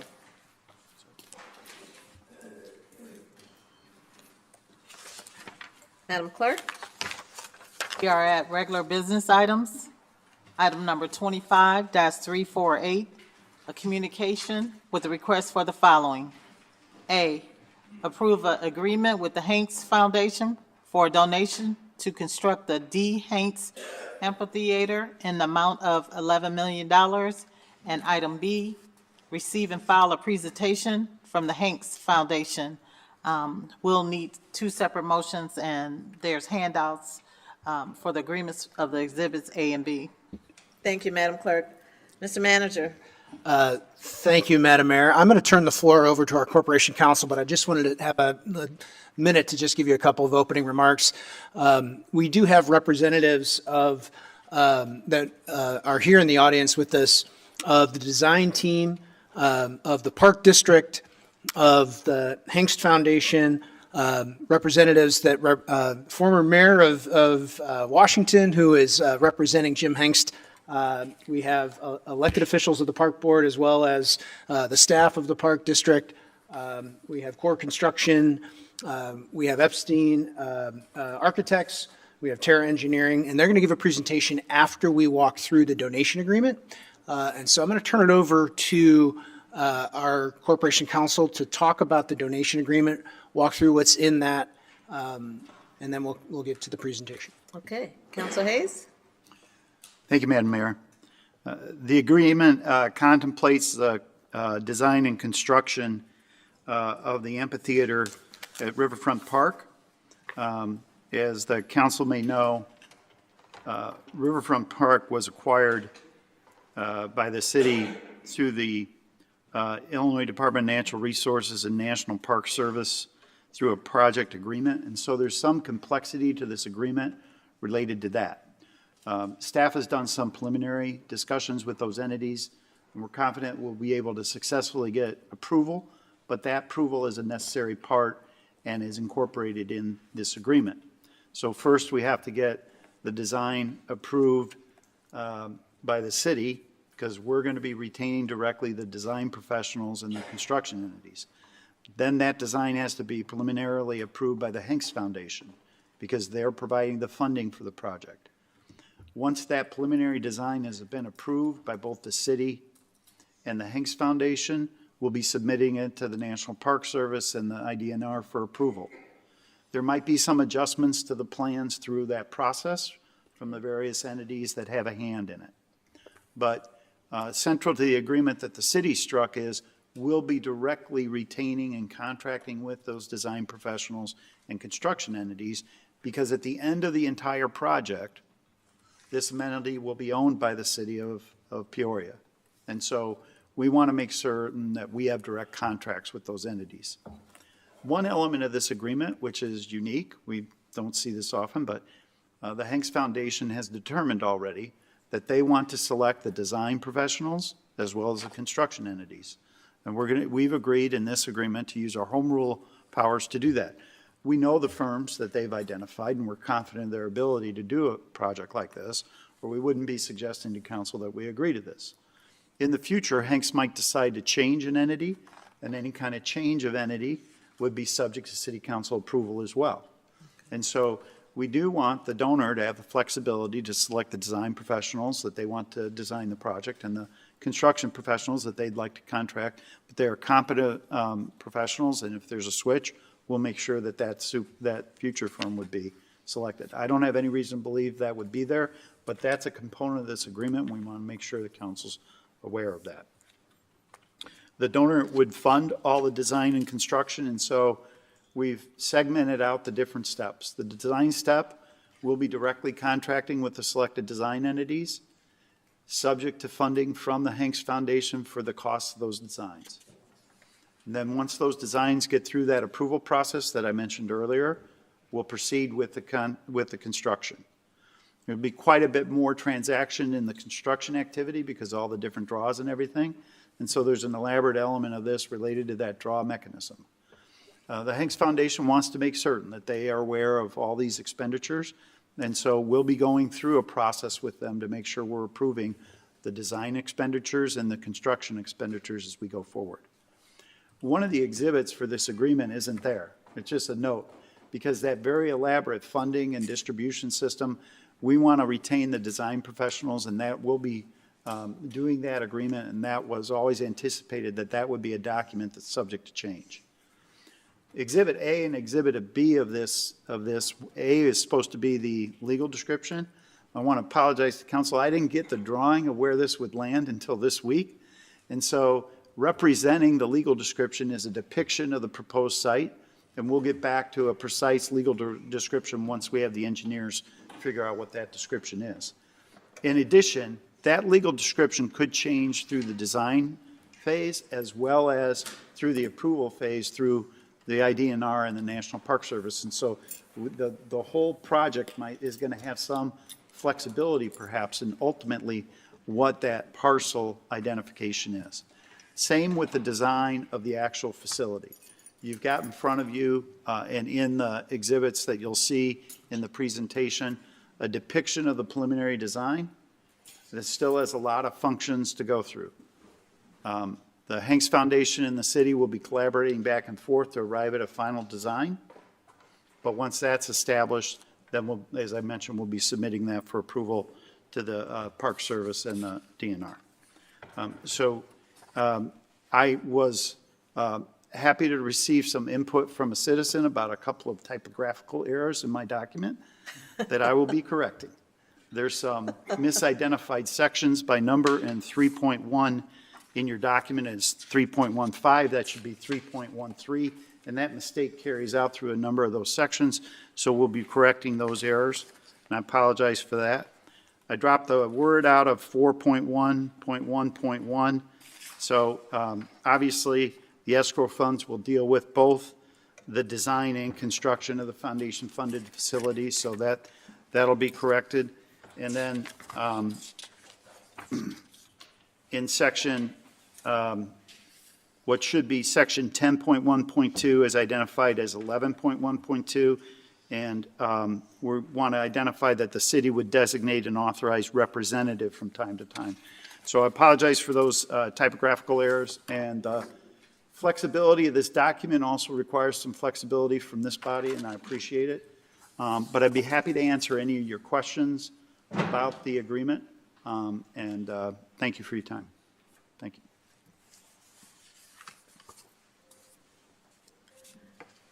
Councilmember Kelly? Item A. Is there a second? Seconded by Councilwoman Gordon Young. Discussion. Councilmember Carmona? Thank you, Madam Mayor. Council Hayes, as I look through this agreement, I just had a quick question. If there's some sort of like unforeseen circumstances that affect the budget, I just wanted to know if there's like a way we can allow other donor funds, foundations, or grants that could come alongside this agreement, if that would be possible. And the only reason is because I have a couple architect friends that have expressed that obviously as things change, a lot of things get restricted with the budget. And so I'm just curious if this agreement would allow for something like that. Obviously, still keeping in mind that this is the Hanks Foundation, the majority, their naming rights and all that stuff. And we do appreciate this. I think all of us appreciate what they're doing for our city. But could you speak to that at all? So obviously, in any major project like this, particularly with the scope and the cost of this project, budgeting is part of the obligation of the professionals that are retained. That'll be part of that contracting that we do to make sure that the budget estimate is maintained. And so if there are augmentations required, that source of funding would have to be identified. The city is not obligated to provide additional funding beyond the contribution other than for site remediation costs. So this site originally was a rail yard years and years ago before the city acquired it. And so we may bump into some environmental concerns. We'll be looking through brownfield funds if there's a remedy that needs to be had. We often are able to access grant funds for those types of purposes. But other than that, the city's obligations end at the sort of proposed boundary sites. And so that $11 million amount has to be able to satisfy all of those costs of design and construction. And I think anybody with a project like this is going to estimate some overages and things like that. So that's part of that responsible budgeting that'll be part of our contracting and oversight with those individuals. That said, like you said, maybe something comes up and we have to find another source. That's certainly something the city would undertake at that time, but we don't anticipate that today. Thank you for that. I just want to make sure that if we can, leave the door open, because if there are options for, say, upgrades in scope, features, or quality to make this as awesome as it can be, I think we should allow for that. Keep in mind that the whole Riverfront Park, we have a major grant from the state, promised money that hasn't come for the Riverfront Park, that we're hopeful that this is sort of an incentive for our state officials to pay attention. Through the benefit of the Hanks Foundation, we're tremendously lucky to have the ability to make this investment in our riverfront, and we're hopeful that that will help trigger the state into funding the Riverfront Park grant so that we can undertake that. And we certainly feel that part of the nice part of Terra being part of this design team is that they're our designer on the Riverfront Park as well. And so hopefully we'll be able to combine these elements and execute on a tremendous Riverfront Park project. That state part of that, though, is still in that state limbo. And to your point, we may need to look for other things to augment this, but right now we're not obligated to do so. Okay. I appreciate it, Council Hayes, and thank you, Madam Mayor. You're welcome. Councilmember Gordon Young. Thank you, Madam Mayor. Corporation Counsel Hayes, I don't know if you can answer this question. This is under section 7.3, ticket revenue share to donor. And it says the Hanks Foundation has stated that the $1 ticket revenue would be used for academic scholarships for regional students. Do you know how they plan to track that? So it's my understanding that the Hanks Foundation is not engaged in a lot of that activity because, of course, they don't have this funding source. And so we don't have a lot more detail than that at this point in time to share, other than the Hanks Foundation has been clear about its intention to utilize that to benefit educational opportunities in the arts area. Okay, do you know if that, like, that's going to be written in, though? And will there be like an accountability measure? Yes? Yeah, so anytime we have events in the riverfront, there's tickets that are sold. So you can audit the number of tickets that were sold at an event and go back and you know, if that additional dollar has been added onto the ticket, you can have, whether it's a promoter or whether it's a park district, you know, holding an event that you'll be able to track that, and we'll be able to work through that to make sure that those dollars were passed through appropriately. Yeah, I think it's a wonderful idea. I think it's great, but I'm also like, how many scholarships? How many, you know what I mean? Like, what's the dollar amount? You know, when we say regional, what does that mean? I just would like a little bit more clarification in terms of that piece. Other than I don't have any further questions. Thank you. Thank you, Madam Mayor. You're welcome. One final point, Councilwoman, we did include a non-discrimination clause just to be protective on that issue, and that's at 7.4 to guide the Hanks Foundation on their contributions. Their charitable contributions would be non-discriminatory. Their whole basis of existence is as a charitable foundation. So there's some oversight there as well from the federal tax authorities about their purposes that they've stated in those documents and in that regulatory scheme. And so we have confidence that the Hanks Foundation is going to follow through as they state. But there's also not only this agreement where we'll have some limited oversight, but also the federal government with regard to the foundation's tax status will be monitoring that. Thank you. Thank you both for your explanation. Thank you, Madam Mayor. You're welcome. Councilmember Allen? Thank you, Madam Mayor. And under item 7.2, I do just want to put this out there for the audience that the revenue sharing provision will not be limited to longstanding festivals such as the Fine Art Fair, Oktoberfest, Soul Fest, Iris Fest, Fiesta El Rio, and India Fest. So I wanted to state that. Then I appreciate them understanding that those are long existing programming that we're having, that they won't be included in the revenue sharing. Is that correct, Corporation Counsel Hayes? That's correct. We want to make certain that our traditional items wouldn't be affected by this revenue share, even if those events utilize the amphitheater. So Thank you. Yep, thank you. Thank you, Madam Mayor. You're welcome. We have an item on the floor to approve an agreement with the Hanks Foundation for a donation to construct the D. Hanks Amphitheater in the amount of $11 million. And we have a motion and a second. Please cast your ballots. Motion passes unanimously.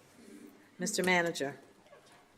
Thank you, Madam Mayor. At this point, I'd like to ask Kevin Graham of Terra Engineering to come up, and he'll walk through a presentation of the possibilities that we're envisioning for the D Amphitheater.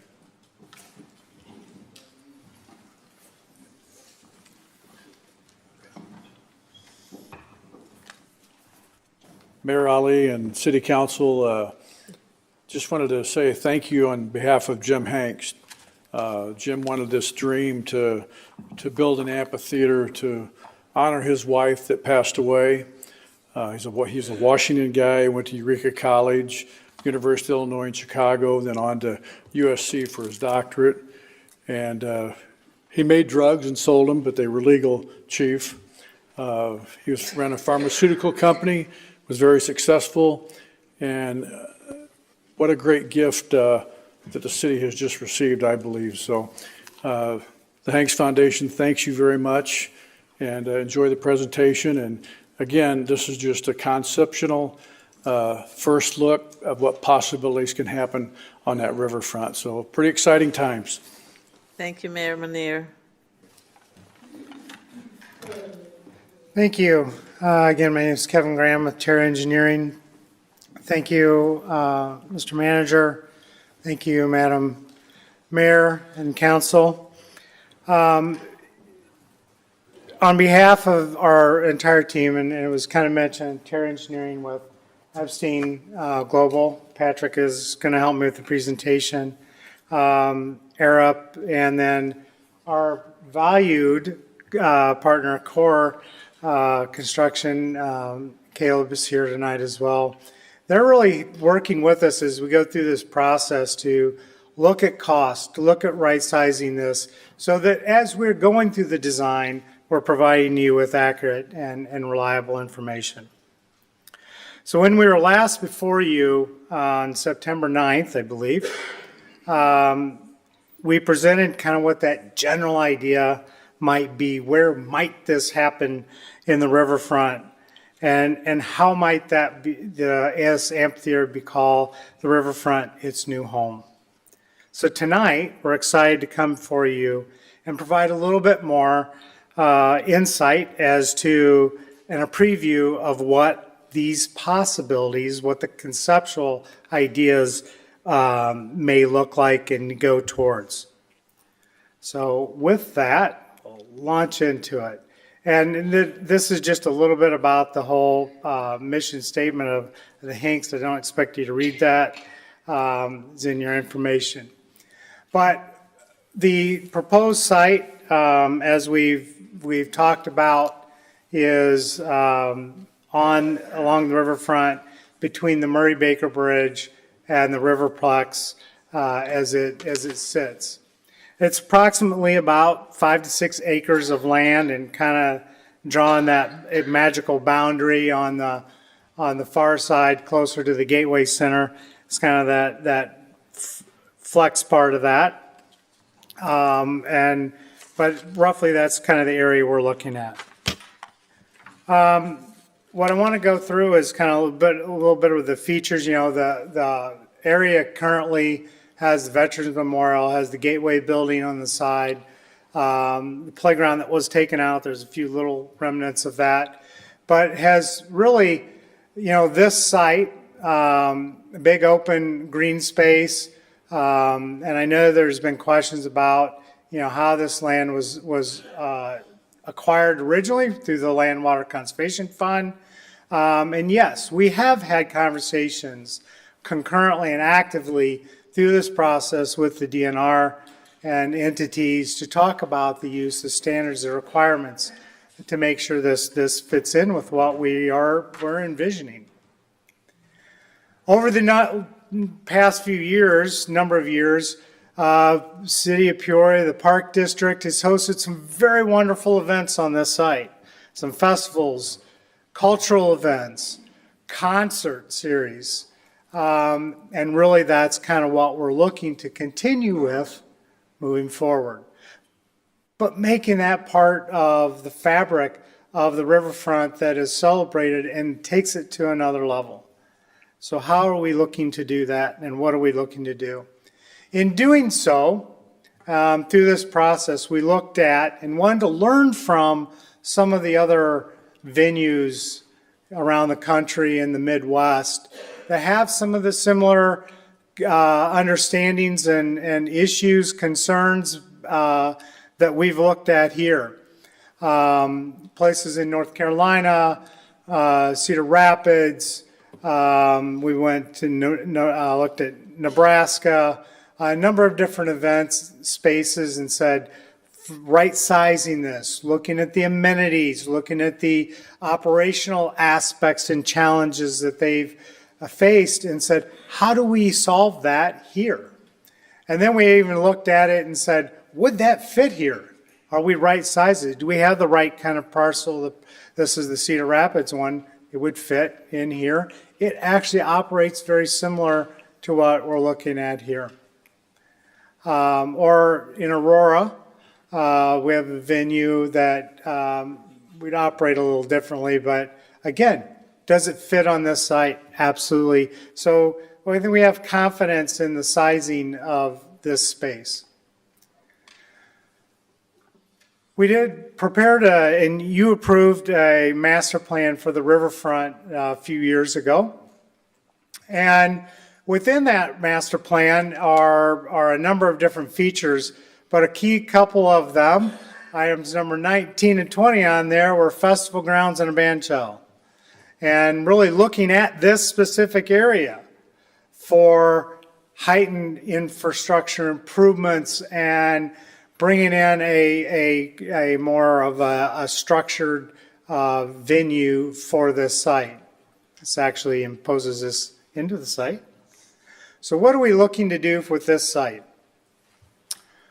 As you look at the area kind of between, and what it does is kind of positions the pavilion, and I would point to different things, but we're looking at different screens here, so I won't do that, and for the people at home. But we have a performance pavilion, the D performance pavilion, which is more closer to the river, facing back towards the skyline of the city and towards the bridge.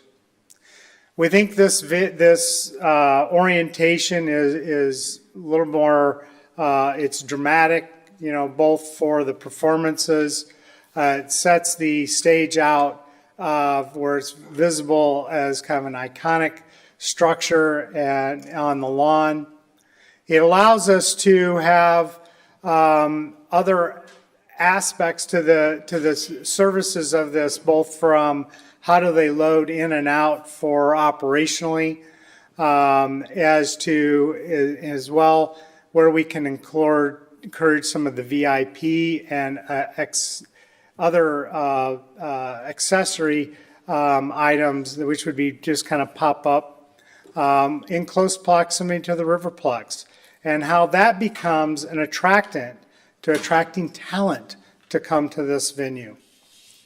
We've looked at where should we have concessions and how do we bring people into the site, maintaining kind of how the Park District has operated it to date, of utilizing that coming underneath the gateway building, and so we have a maintained, secured entrance point to the site. A number of different amenities are on this, from VIP seating areas to how would we control stormwater.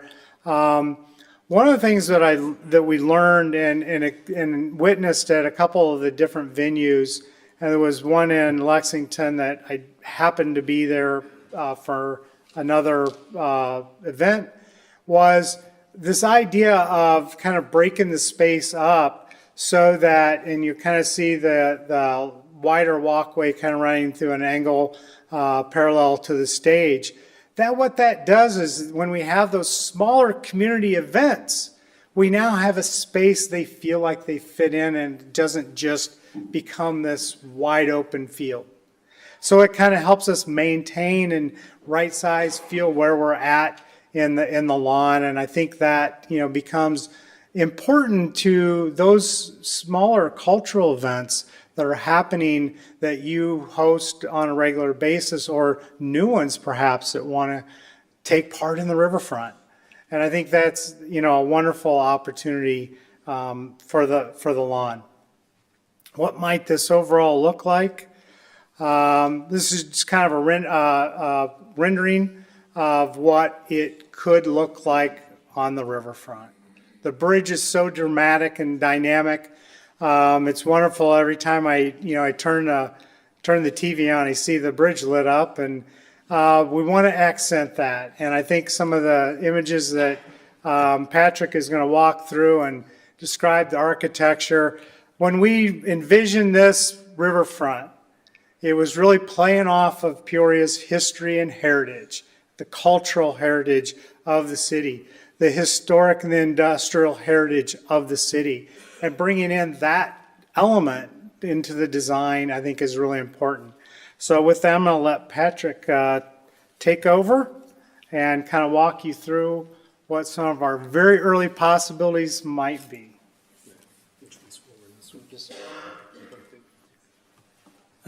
Madam Mayor and council members, thank you for your time. I'm Patrick Carrata. I'm the Architecture Design Director at Epstein. I'll walk you briefly through some of the ideas and concepts that went into the stage design in particular. And as Kevin alluded to, the Murray Baker Bridge was actually an important inspiration to the stage design. We were really drawn, obviously, by the historic importance of this particular engineering feat. But we also drew some inspiration as far as ideas like connectivity, which is something that a bridge brings between communities, which is very important. As you zoom closer to the bridge, we actually start to really be drawn to some of the engineering elements, like the angularity of the steel, the perforations, and obviously that's really brought to life by the lighting, as Kevin mentioned, especially in the evening. And as architects, we're really drawn by our context. We were very inquisitive about our context, but we also wanted our stage to complement what was around us. So you see some of the angularity and the elements that you could reference from the bridge being injected into our design. We're also in a floodplain, so anything that lands on the ground could be an issue as far as debris being caught when it does flood. So actually having two columns come down on a V shape serves a purpose as well. It limits the number of points that touch the ground, which was also important. And also the splaying of the column in the rear opens up that corner again for water debris, but also serves a purpose for access from our loading area. But we really wanted this stage to be part of the community, even when it wasn't being used for events like, rock and roll concerts or orchestra, as we've shown in the previous image. So we thought that it would be important for this, a stage to have an iconic form and something that was recognizable and could be used year-round, whether it's, a yoga class as depicted in this image or somehow have some synergy with the Riverplex nearby. So we wanted to go a little beyond, let's say, 2 walls and a roof, which is typically what a stage is. And we thought about that connectivity that the bridge has, let's say, in theory. And we thought about, how can we make this a little bit more engaging for the community? So we looked into things like, punch cards and Morse code and even QR codes as sort of these fictional doorways into a world of information that you could access. So we thought, maybe the facade could be that kind of doorway to this additional information. So we introduced a pattern that could be readable and scannable by, certain types of devices. So if somebody were to approach it during the daytime when there's not a performance, they'd be able to almost go on the scavenger hunt, if you will, search for this code or QR code on the facade, and then be able to access, it could be a message from a performer, it could be a message from Jim Hanks and the Hanks Foundation, it could be a graduation that was filmed here. So we sort of developed a memory bank or an archive for all these shared memories of the community. And we feel like this will keep the stage engaging and give it a life of its own. We obviously had to size the stage based on some minimum requirements. It's kind of hard to see here, but the stage had to be a 40-foot by 60-foot minimum footprint. It had to have some clearance requirements for rigging and lighting. So we are addressing all these sort of technical requirements, and we have to make this function for a concert. And again, these are preliminary renderings. We look for feedback as we move this forward, but we just wanted to show you the exciting possibilities with the stage design. And then finally, I think this kind of summarizes the beginning of the presentation when we talked about context. We think that the stage design could complement the bridge really well with its angularity and also have this very iconic form. And something that is a lesson from, now 22 years of doing this is that if you can synthesize a shape into a couple of lines, it's you're typically on the right track for something iconic. And that's kind of what we were aiming for. So thank you. Well, thank you both, Mr. Graham, Mr. Corrado. It's a beautiful presentation. I'm impressed. I mean, it just looks amazing. I love the elements of the bridge incorporated into the design of the stage. I mean, it just looks like an art sculpture. And yeah, it's very beautiful. Questions, Councilman Riggenbach? Thank you, Madam Mayor. And it's the councilman whose district will host this magnificent amphitheater. Let me say thank you, first of all, to Mayor Manier and the Hanks Foundation in general. I think I speak for all of us around this horseshoe in saying we're just overwhelmed by the generosity and the vision and how this ties in with the master plan. There's just so much synergy that we'll be forever grateful. And so make sure you give Mr. Hanks our deepest gratitude. And Kevin and Patrick, wow.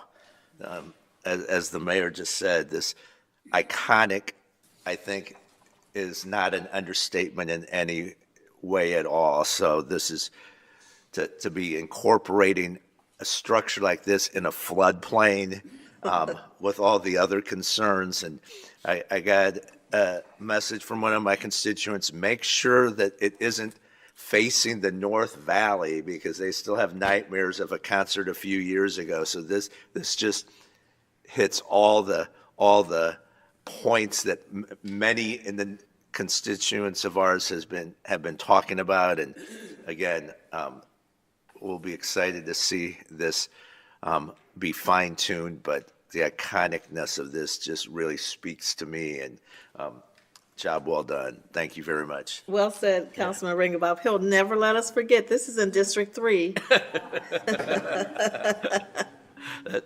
Part of our downtown. And thank you to the Hanks Foundation, Mr. Hanks, Mayor Manier, great to see you again. Emily, thank you all. We really appreciate it. Before we, maybe we'll get what I'm going to ask for. Councilman Kelly? I guess I'm being a little contrary tonight. First of all, I think the work done so far is wonderful. Of course, we're all very, very grateful for this gift and selection of Peoria and the selection of the site in Peoria. I think it is wonderful. I remember I was on a team for a new building some years ago for a new church, and went around. People were asked what they wanted in the church. They were talking about capacity, and they were talking about this and that. And it came to me, and it's the same thing that I will say this evening. It should be beautiful. Beautiful. Beautiful is also iconic. The design that we saw originally, that sloping arch, maybe there's something impractical about it, but it was a beautiful building. This, to me, is a little brutalist. And we are brutalist in architecture, the architectural term.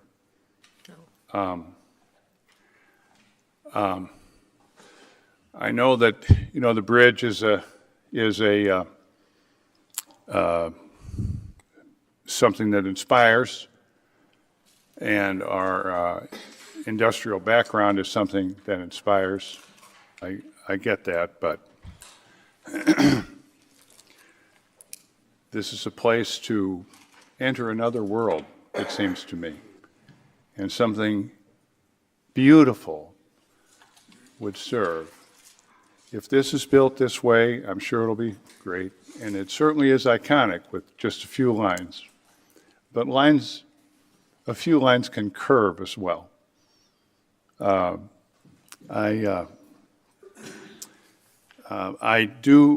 think the idea of the memory panels is fabulous.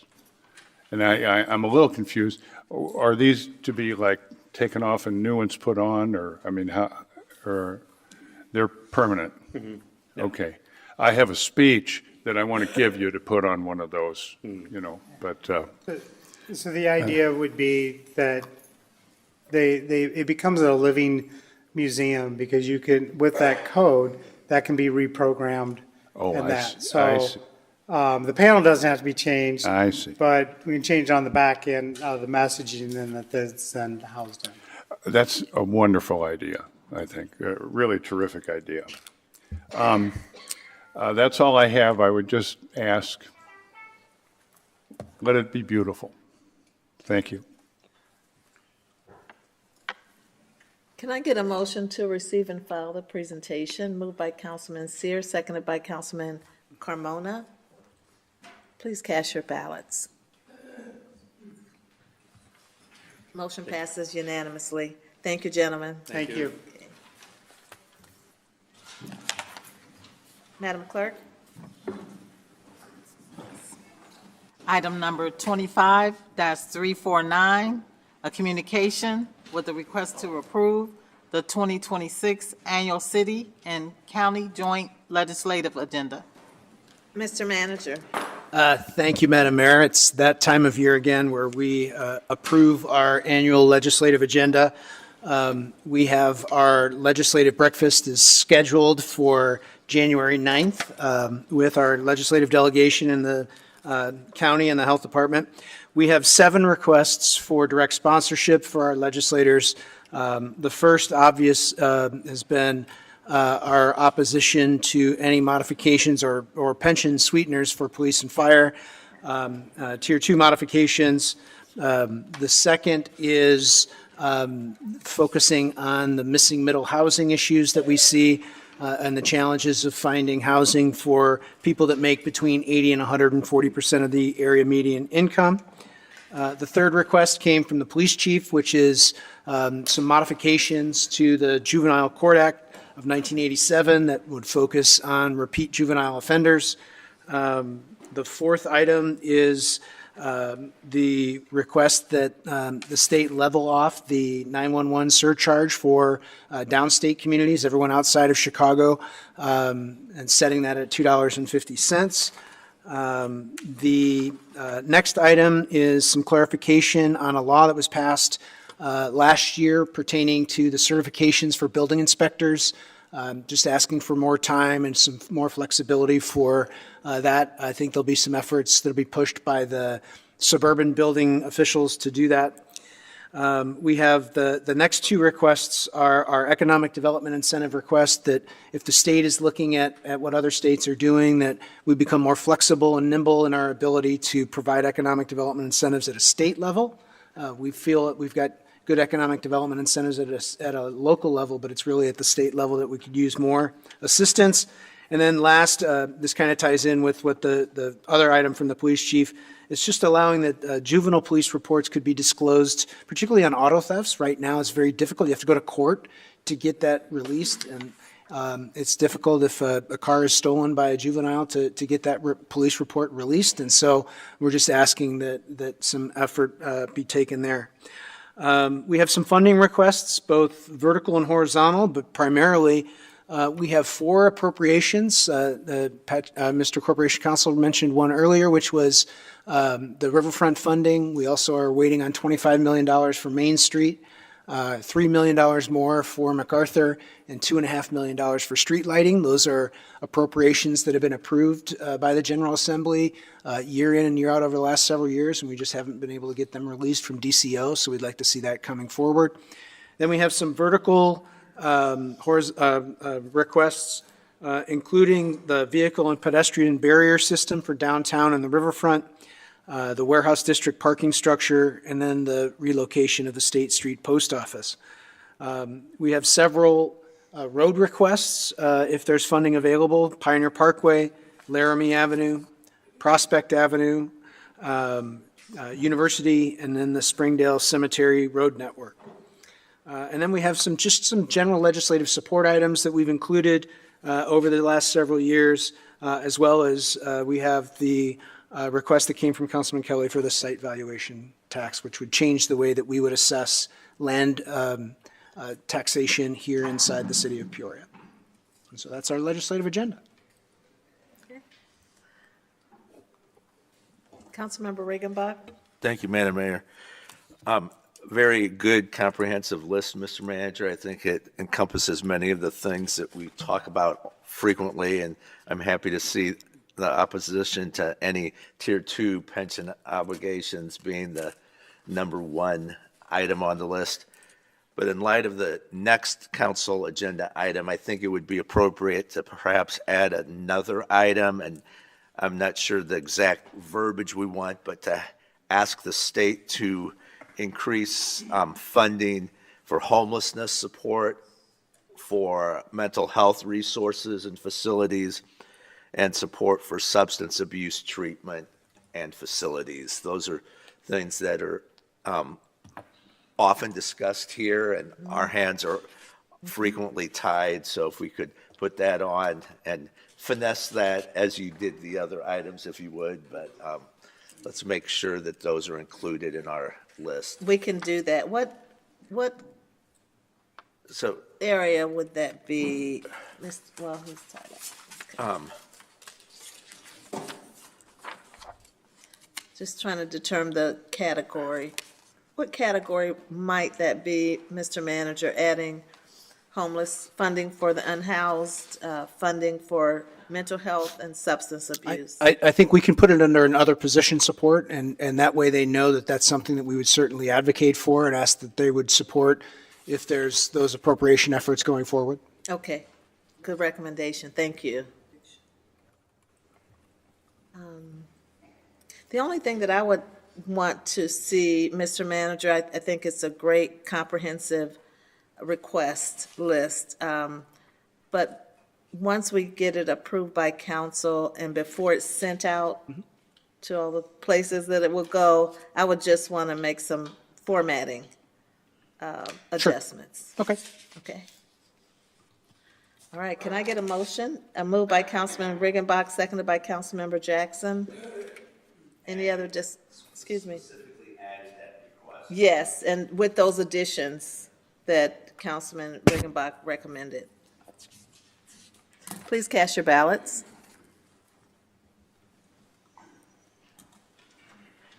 Motion passes unanimously. Madam Clerk? Item number 25-350, a communication with a request to approve an agreement with Phoenix Community Development Services to support New Hope Apartments at 301 Northeast Jefferson in the amount not to exceed $300,000. Mr. Manager. Thank you, Madam Mayor. I'd like to turn the floor over to our Community Development Director, Joe Doolin, to walk through this item. Thank you, Mayor. Thank you, Council. Thank you, Manager. I apologize a little bit for the wording of the item in front of you. This was all happening last week, and we need to get something to put in place with you to have a discussion. So we'll be asking for a slightly different request towards the end. But I wanted to walk you through kind of the current situation because I think there's been a lot of reports out there and a lot of things going on, and I want to kind of make sure everyone is on the same page where we're at. So a little historical background. New Hope Apartments is a permanent supportive housing complex located at 301 Northeast Jefferson. It's kind of a joint effort owned by Peoria Opportunities Foundation and Phoenix Community Development Services, with Phoenix Community Development Services kind of managing the day-to-day at the property.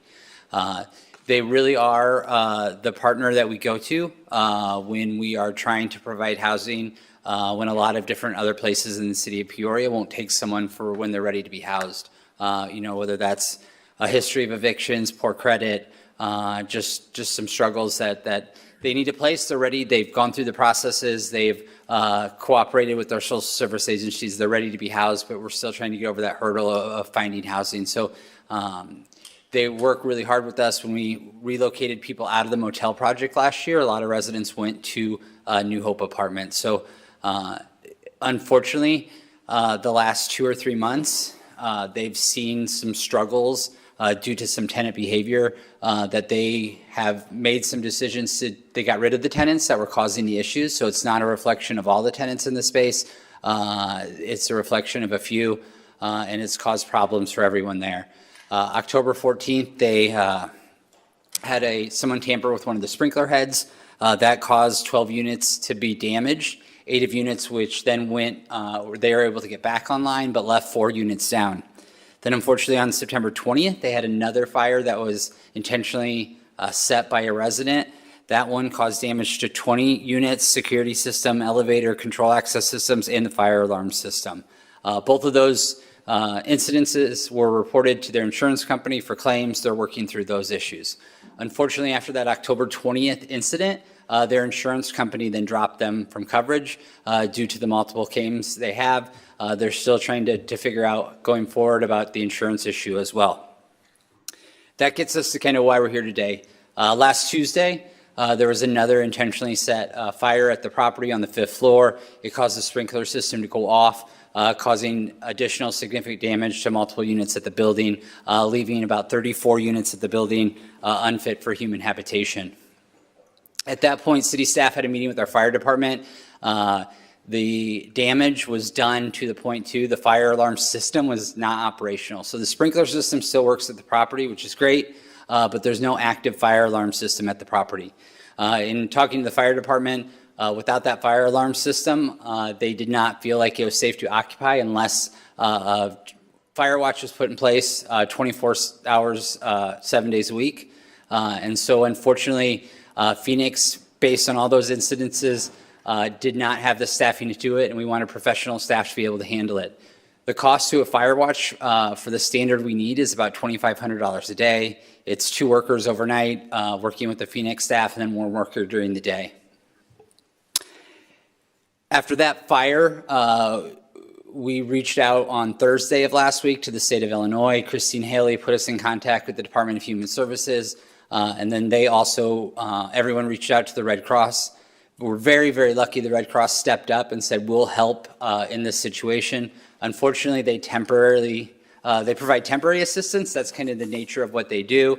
So they said, but we'll come in for the next 14 days, set up in your auditorium, just help have some more personnel in the building. They provide all the food for the residents affected by the fire and just kind of handle the auditorium issue. Some of the residents that were in those units that were displaced ended up in the auditorium as kind of a temporary makeshift shelter while we go through. So Red Cross has been very supportive of those efforts and kind of helped us put together this plan to get us where we're at today.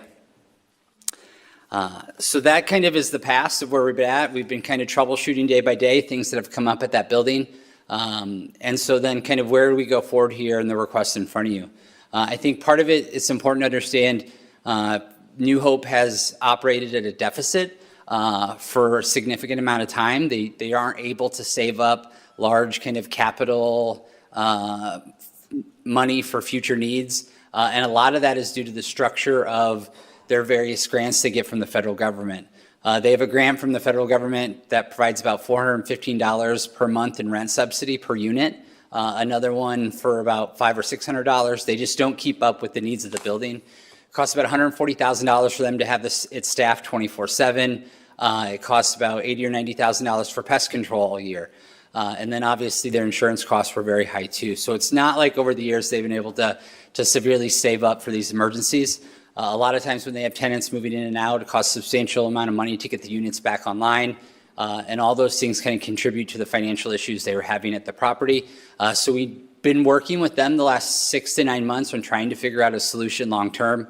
And then unfortunately with the federal government changes that may or may not be taking place, and I'll get into that in a second, it provides just a lot of uncertainty going forward for the nature of this property.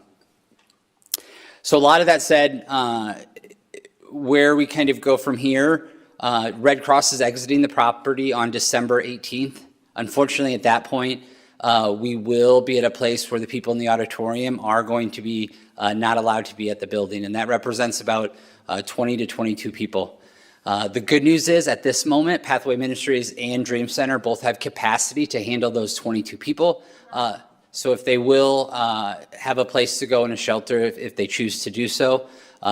One of the things that we really struggled with last week was if the building is posted and we have to make room for 80 people, the shelters indicated they don't have the capacity to do that. But they did have the capacity for the 22 individuals that are in the auditorium. Unfortunately, just with Red Cross not being able to provide the staffing levels for the auditorium and Phoenix not having the staff capacity to continue to provide that fire watch there, that's kind of the path we're going to have to take. After that, the next kind of deadline we're looking for the occupied units is February 28th. With the changes at the federal level to go from permanent support housing to to transitional housing, the rent mechanisms and grants for that property just do not make sense. So our recommendation tonight is to kind of, for you guys to authorize the city manager up to $300,000 of the $520,000 we have remaining that were specifically repurposed from American Rescue Plan money to general fund money, but still with the intention of using it towards homelessness services, to give the city manager the authority to use that to kind of minimize the impact as much as we possible. It'll pay for the 24/7 fire watch at the property of the security guards up until about February 28th, when we'll be looking at the property likely shutting down as it's currently situated. And then also add, that will cost about $225,000, we're guessing, based on what we're currently spending and what the contract is with the security firm. That'll leave us about $75,000 of that $300,000 to have some further assistance for the tenants that we will be looking to relocating and find different housing options for. So I'm happy to answer any questions. Phoenix representatives are here as well. I think, it's obviously a Band-Aid on a situation that's bad, that I wish I had a better solution long-term for in our community. I think the federal government changes about going from permanent supported to transitional housing were something that is going to cause our social service agencies a lot of problems going forward. Yesterday, in response to a lawsuit by multiple jurisdictions across the United States who are suing over the changes, HUD actually rescinded the notice of funding opportunity and the changes that were in that. The problem with that is they rescinded the NOFO, so there is no current NOFO out for continuum of cares to actually respond to. So it was already a delayed process that likely the funding wasn't going to go out to social service agencies until May of next year. The grants that were anticipated to start going into place in January, February, March, just depending on those timelines. So by rescinding the NOFO, making changes and putting it out again, it's likely that May deadline is actually going to be pushed further into the future, which will not only leave these projects, but some other projects in our community in limbo, not exactly sure what funding is available and not funding available. So I think after multiple discussions with all of our social service agencies and our partners, and just the capital needs at New Hope and the struggles it's had, kind of that needs to be our path going forward, is to look at that February 28th kind of as a deadline of trying to get all of the social service agencies rallying together, trying to find and minimize the impact as much as possible, similar to what we did with the motel project last year. That's a lot. Councilman Allen. Thank you, Madam Mayor. Director Dolan, I've told you this before, and I just want to publicly give you your flowers again. This is definitely in the all duties as assigned part of your job description. If you have taken this on and just you just given us all of this, and I know, this isn't necessarily your lane, but you're running with this, and I know you have a staff behind you, and so I just want to commend you for that.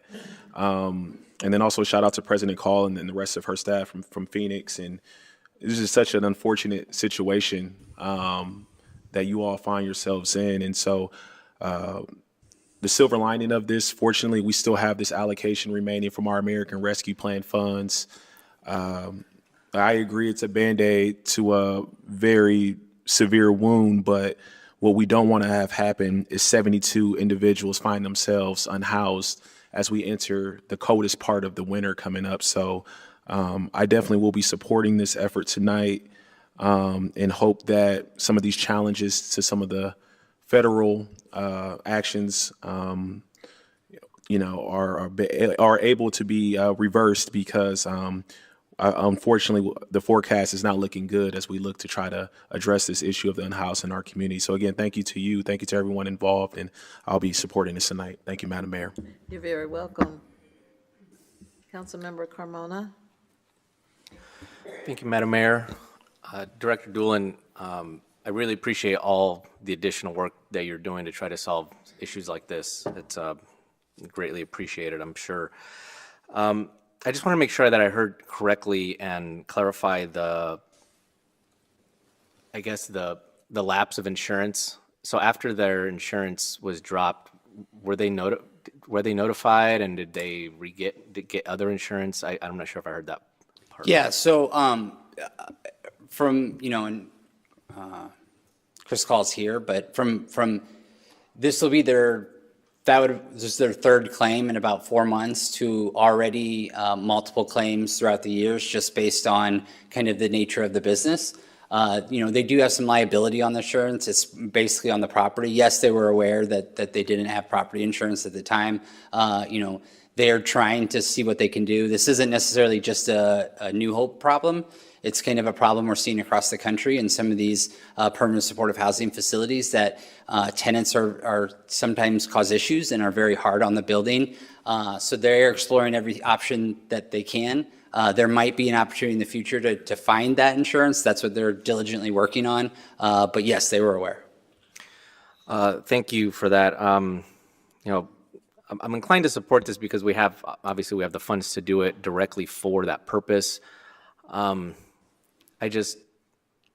I wish we had a way to recoup some of that cost, not for obviously City Hall, but because the fund that we have is not going to last forever, and we're going to need it indefinitely. So like I said, I'm going to support this, but I hope that we can somehow recoup some of that cost through the insurance. Thank you. Thank you, Madam Mayor. And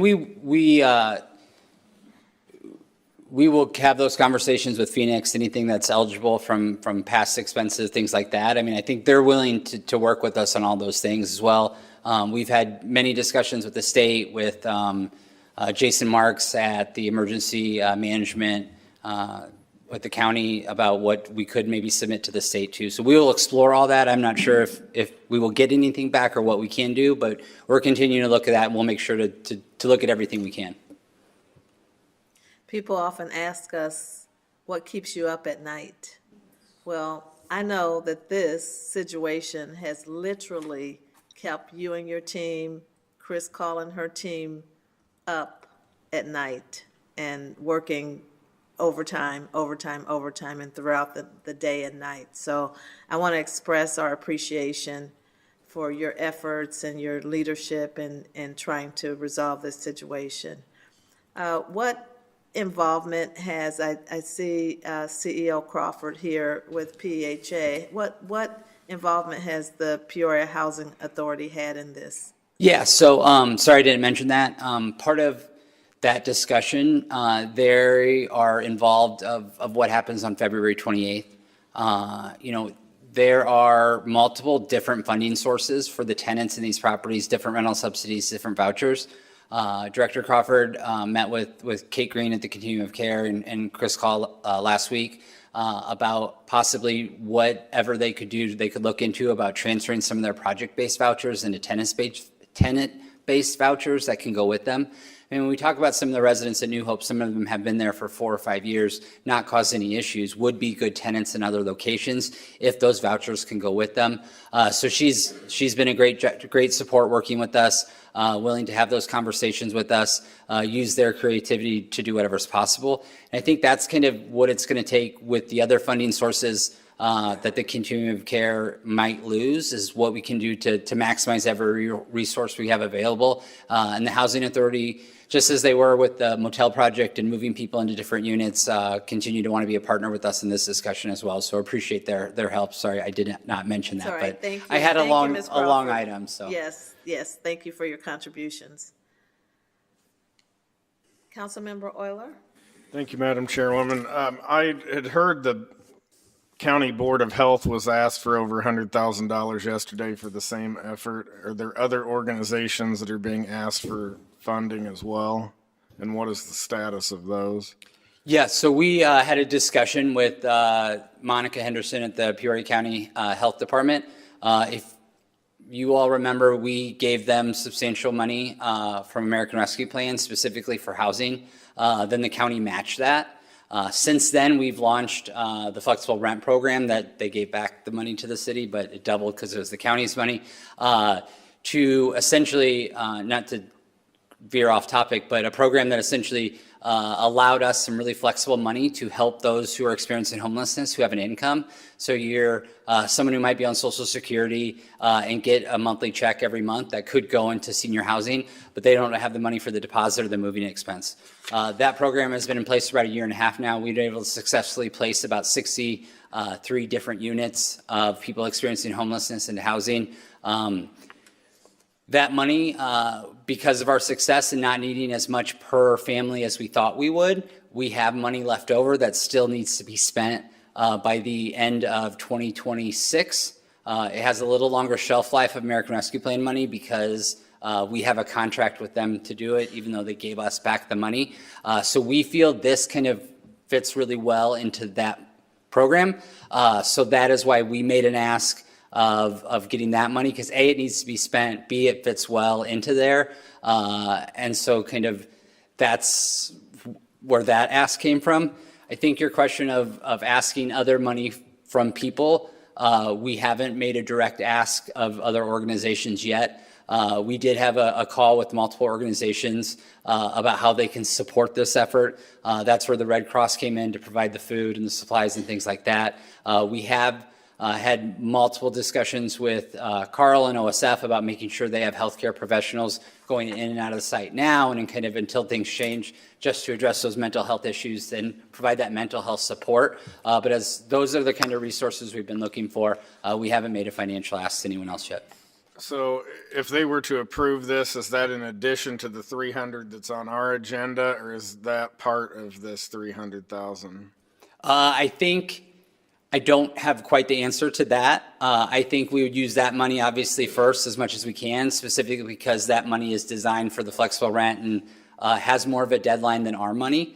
I think, we're asking, originally put the 300,000 up there, just penciling out what the fire watch is going to cost till February 28th is about $225,000. So if we need the additional funds, I think that we will use them.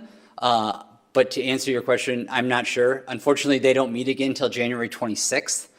So even if they made a decision on January 26th, we'd have liked to be between now and then working to provide tenants other opportunity and provided some of that financing necessary. I think if they do provide that, we'd obviously use that money first. This $225,000 until late February, is that just to have someone keeping a watch on the property? Yes. I manage a 24-hour door staff at another building, and that's what I spend for the entire year. So I would really encourage you to take another look at that. Yeah, so last Wednesday, when we had to find a fire watch, had to really appreciate the police department who called 4 or 5 different security companies to see if they would offer assistance. They all said no. They all said either A, they don't have fire watch insurance to be able to cover it, or they're just not interested in providing that assistance. We were able to find one firm who was. It's about $65 an hour per employee. From the 7 p.m. to 7 a.m. shift, we have 2 employees, and then the 7 a.m. to 7 p.m. we have 1. And they have to be walking as the fire watch, kind of walking each floor every 20 minutes. So that's kind of the requirement that we have to have in place, and kind of being transparent with where that money is coming from and how it penciled out. So does it really take a security professional to watch and see if somebody started a fire? There's some insurance requirements involved to be. I think that's what makes our fire department feel more comfortable to do is, and then it also helps that they are security personnel to make sure that if other issues are coming up, they can assist with those as well. And then am I correct to understand that Phoenix has no insurance on any facility at this point? Any facility in Peoria? Correct. Or it's just New Hope? Just New Hope. But the other properties are insured? Yep. Okay. I thought you had said this was a bigger problem with the insurance than just this building, so I wanted to clarify. No, I mean like that. globally, like Okay. other permanent supportive housing across the country are seeing these similar issues of being I dropped. just wanted to make sure if this is something we could be discussing about another building at another date. No, right now, yeah, the other ones. And the other ones are all pretty much newer construction. I think one of the other things going against this building is I think it was built in 1920. So it's an older building. Most of the other projects are fairly new construction, so much better warranties on stuff, things like that. Okay, thank you. You're welcome. Councilmember Gordon Young. Thank you, Madam Mayor. I just wanted to take time out to thank you, Director Doolin, and your staff, but also to thank the staff of Phoenix Development. You're working hard, and it's like every time you take one step forward, there's 2 or 3 steps back, between funding cuts, between, just the lack of housing that we have in this community, and then here we have this happen. I want to say to the residents, I see you. I just had somebody today come up to me crying and afraid that she wasn't going to have a place to stay, and she said that she stays at New Hope, right? We are committed. I am committed to helping any way that I can. I think this is something that goes beyond the $300,000, way beyond that. I mean, it's like it put a hole there because that could have been used to elevate, right? But things happen. And as a community, I think this is times when we come together, and we definitely should come together. You definitely have my support on this. Thank you. Thank you, Madam Mayor. You're welcome. Councilman Regenbach. Thank you, Madam Mayor. And Director Doolin, not to sound like a stuck record here, but thank you for being the quarterback who brought all this team together in so many ways. And I see Nicole Morrow, our housing coordinator, in the background. We know the work that she does in this space also. So Nicole, thank you very much for being here. And the Red Cross, Phoenix, the Continuum, PHA, I mean, what a team. And I think I've heard the phrase, it takes a village. Truly thank you, all of you, for being part of this. And if there's any affirmation as to the request I made to add to our legislative agenda about the need for more funding, I think this just really exemplifies why we need more funding. And whether it's at the federal level, and I understand the Continuum has had conversations with Congressman LaHood, who's going to be meeting with the HUD secretary. So, I mean, we just need to be advocating every chance we get. And I'm so glad to see so many of the residents of New Hope here. I think that's a powerful message for us to understand what's happening to these people that live here in Peoria alongside of us. So thank you for coming out, and let's move for the approval of this item. And I would like to offer the correct verbiage, if I may. Yes. So the communication should read, this is a communication from the city manager and the director of community development with a request to authorize the city manager to spend an amount not to exceed $300,000 to assist with New Hope Apartments located at 301 Northeast Jefferson. Okay, is there a second? Seconded by Councilwoman Gordon Young. Any additional discussion? Councilmember Kelly. Director Doolin, again, as everyone has said, thank you so much for the work you're doing. Is it true that the perpetrators of lighting fires, et cetera, were arrested, were put in the county jail, and the charges were dropped by the state's attorney?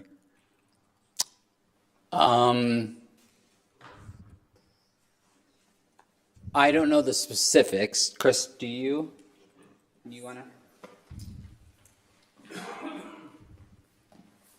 Only the perpetrator of the fire that was done October 20th. Because since that took down the security cameras, we are not able to determine who set the fire last Tuesday. There's no footage. So that perpetrator on October 20th was arrested, was released within hours from the jail, and then the charges were dismissed by the state's attorney's office. That's correct. How about the other incidents? The sprinkler one, there was no arrest made on that charge. I thought we had multiple fires. That's what I'm saying. The fire October 20th resulted in the arrest that got dismissed. The fire last week, there's no security camera, sir, to show who did it. It was on the 5th floor of a building. I do think you could be referring that our agency had a third fire at a different building. That was a deliberate arson, and that person remains in custody. That is not a New Hope resident. That was at Madison Apartments 1. Was there one of these suspected arsonists or whatever tried to get back into New Hope and was told you can't come back here? That's correct. There's a process, and we have, the police chief has been down there with us. There's a legal process you have to go through to publicize no trespass.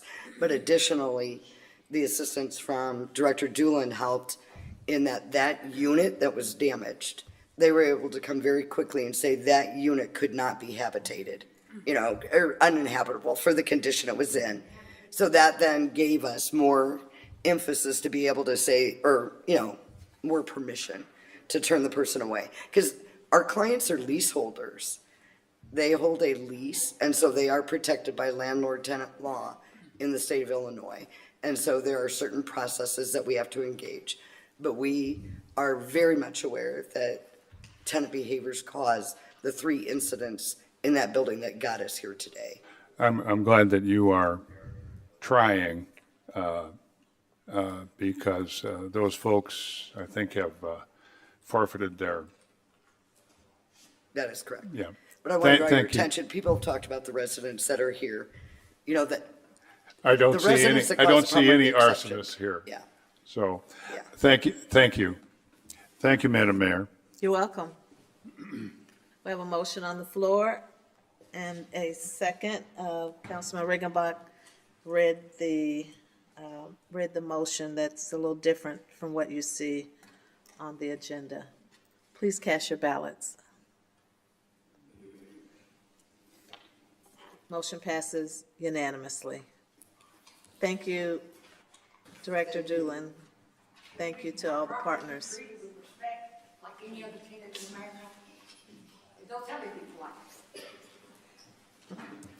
Madam Clerk? Item number 25351, a communication with the request for the following. A, approve an intergovernmental agreement between the City of Peoria and the Greater Peoria Sanitary District for the outfall pipe repairs project in the low bid amount of $1,574,210 with an additional authorization of $157,420 for contingencies for a total project amount of $1,731,630. And B, adopt an ordinance amending the City of Peoria 2025 revised budget relating to the sewer fund budget for fiscal year 2025 to increase construction costs as a result of actual bid costs exceeding the planned budget for the outfall pipe repairs project in the amount of $691,630. This requires 2/3 vote of the council, no less than 6 votes. And this will also require 2 separate votes for A and B. Thank you, Madam Clerk. Mr. Manager? Thank you, Madam Mayor. I'm going to ask that Director Powers walk through this item. Mr. Manager, Mayor, Council, good evening. Actually, the clerk summarized it very well. Basically, there's one bid. It's our standing partnership with GPSD and ongoing outfall repairs.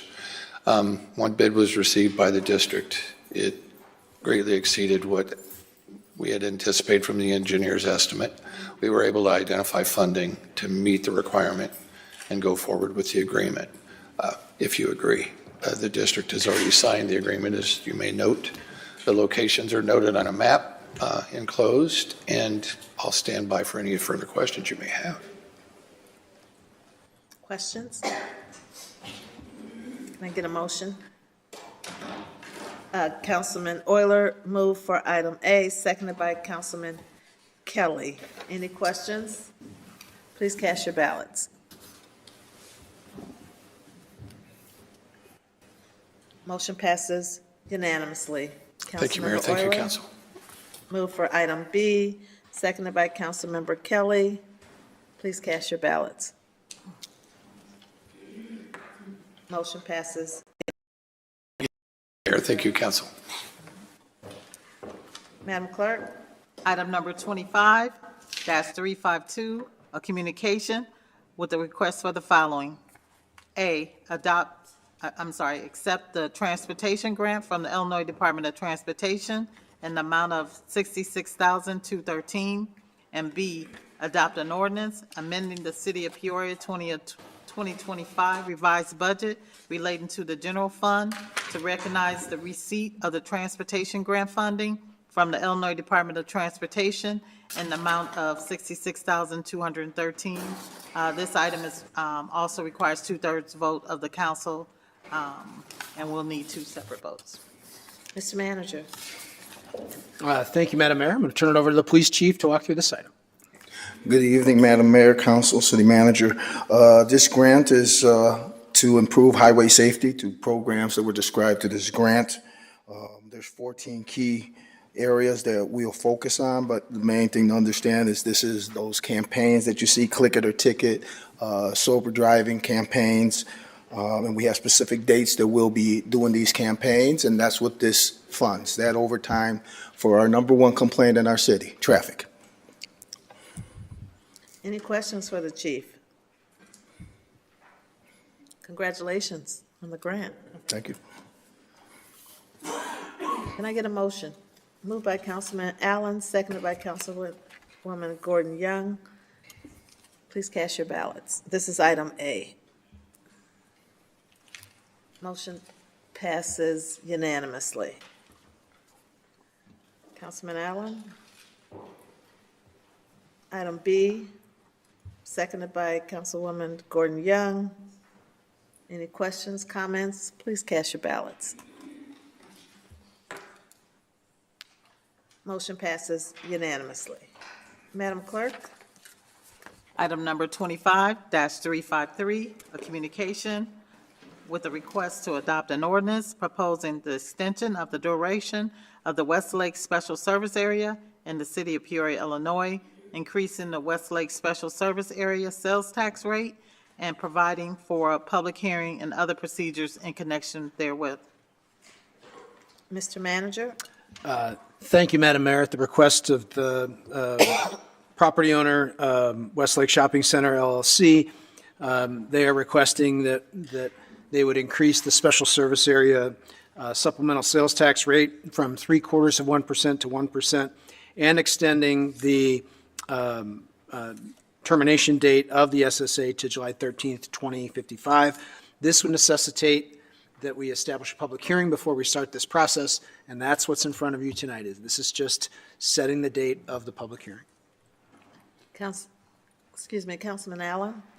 Thank you, Madam Mayor. As Mr. Manager said, this is to set the public hearing. I forecast a lot of conversation as we lead up to that public hearing.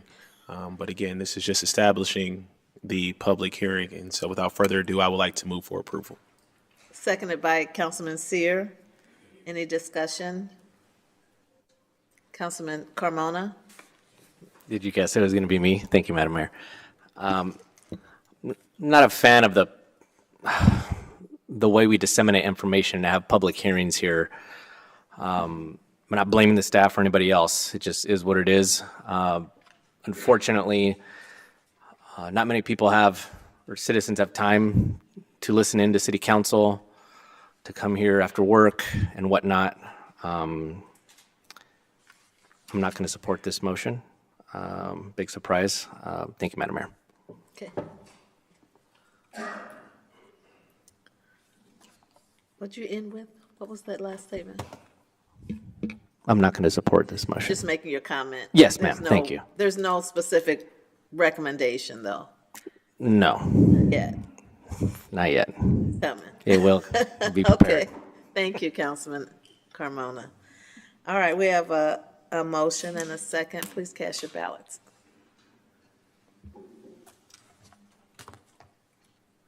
Motion passes with 1 nay. Carmona. Madam Clerk? Item number 25-354, a communication with the request to receive and file the month ended October 31st, 2025, unaudited financial report. Mr. Manager? Thank you, Madam Mayor. I'm going to turn it over to our Finance Director, Kyle Craddy. Thank you, Mr. Manager. The report in front of you tonight is for the end of October. We have 2 more months of reports for the year. What I will say is it's going to be kind of similar to the reports I've been giving you over the last few months. We are slightly below budget on revenue, but we are closing the gap of what it was last month. Last month it was around 3%, so now we're about 1%, so that trend will continue. On the expense side, we are below budget on our expenses. And in both cases, we're ahead of where we were last year. So those are really good trends in terms of what our expectations were. If you go a little bit deeper into the report, you'll see kind of where I have the kind of my still belief in the conversations that I have with council on where we'll end the year. If you look at the specific charts around home rule sales tax, state sales tax, income tax, and property tax specifically, those are on a cash basis. So the trend that obviously we're seeing is that we're seeing numbers that are larger than that are above last year. So I'm still comfortable in what we told council during the budget process is where we'll end the year. And with that, I'm available if there's any specific questions from council. Thank you, Director Craddy. Councilman Seer. Thank you, Madam Mayor. Thank you, Director Craddy. Just a quick question with the property replacement tax. What were your estimate for the 26? I don't remember for the 26 budget. The 26 budget, IML at the time of the budget had an increase of about 5% for next year. So I think our number was around 10.5 million was our estimate for next year. For next year, okay. Thank you, sir. And just, I don't know if it's a question, just a comment. I mean, it's getting late here. There's a couple items on page 9 of 10 under expenditures. I'm just concerned a little bit every time we go over 5 or 10%. We have 2 items that actually are over 19 and 20%. I'm just going to keep an eye on that. Hopefully, maybe I can talk to you tomorrow or in the future about that. I don't really have any questions for that, but it's just a big miss so far. So I'll probably give you a call, just talk about that. Okay. And Madam Mayor, I'd just like to move to receive and file. Seconded by Councilmember Allen. Any questions or comments? Please cast your ballots. Motion passes unanimously. Madam Clerk? Item number 25-355, a communication with a request to receive and file a presentation on the City of Peoria strategic plan. Mr. Manager? Thank you, Madam Mayor. What I'm going to do right now is turn it over to our Assistant City Manager to walk through a presentation on the strategic plan and as well to talk through the dashboard that we have that will, track the measurement and progress that we're making towards achieving the strategic plan. Wonderful. All right. I will be brief in my comments because the night is getting late. So good evening, Madam Mayor and council members. What I wanted to do tonight is give you a brief update on where we're at with the strategic plan. Councilman Riggenbach, I remember in 2023 when I came up to the council and requesting for this funding to do the strategic plan that was a community-informed process. You wanted to make sure that we were implementing the plan and not just doing this as a rudimentary activity or exercise. So tonight I want to show you as the council, over the last 2 years, our effort in implementing the current strategic plan. I want to update you also on just the process and the systematic approach we've taken to ensure accountability and measurable outcomes, something that you all requested as part of this process. So tonight, I'm so excited to publicly display our dashboard, which is now on our website, and I am going to figure out how to do this. There we go. I'm good. So, as you recall, we have our 6 priorities of our strategic plan, which is quality of life, downtown development, community safety, and embrace diversity, equity, and inclusion, business growth and prosperity, and infrastructure. So the staff, as we began to do the process of implementation, we really had to think about the framework for how we wanted to do this. And what's in front of you is how we as the departments started looking at our strategic plan. We have this very clear policy direction from the council, which is at the top. Those are the priorities that you have set forth. And then within the strategic plan itself, you have objectives. So that's the community level outcomes that we focused on. And then what we took is a different approach.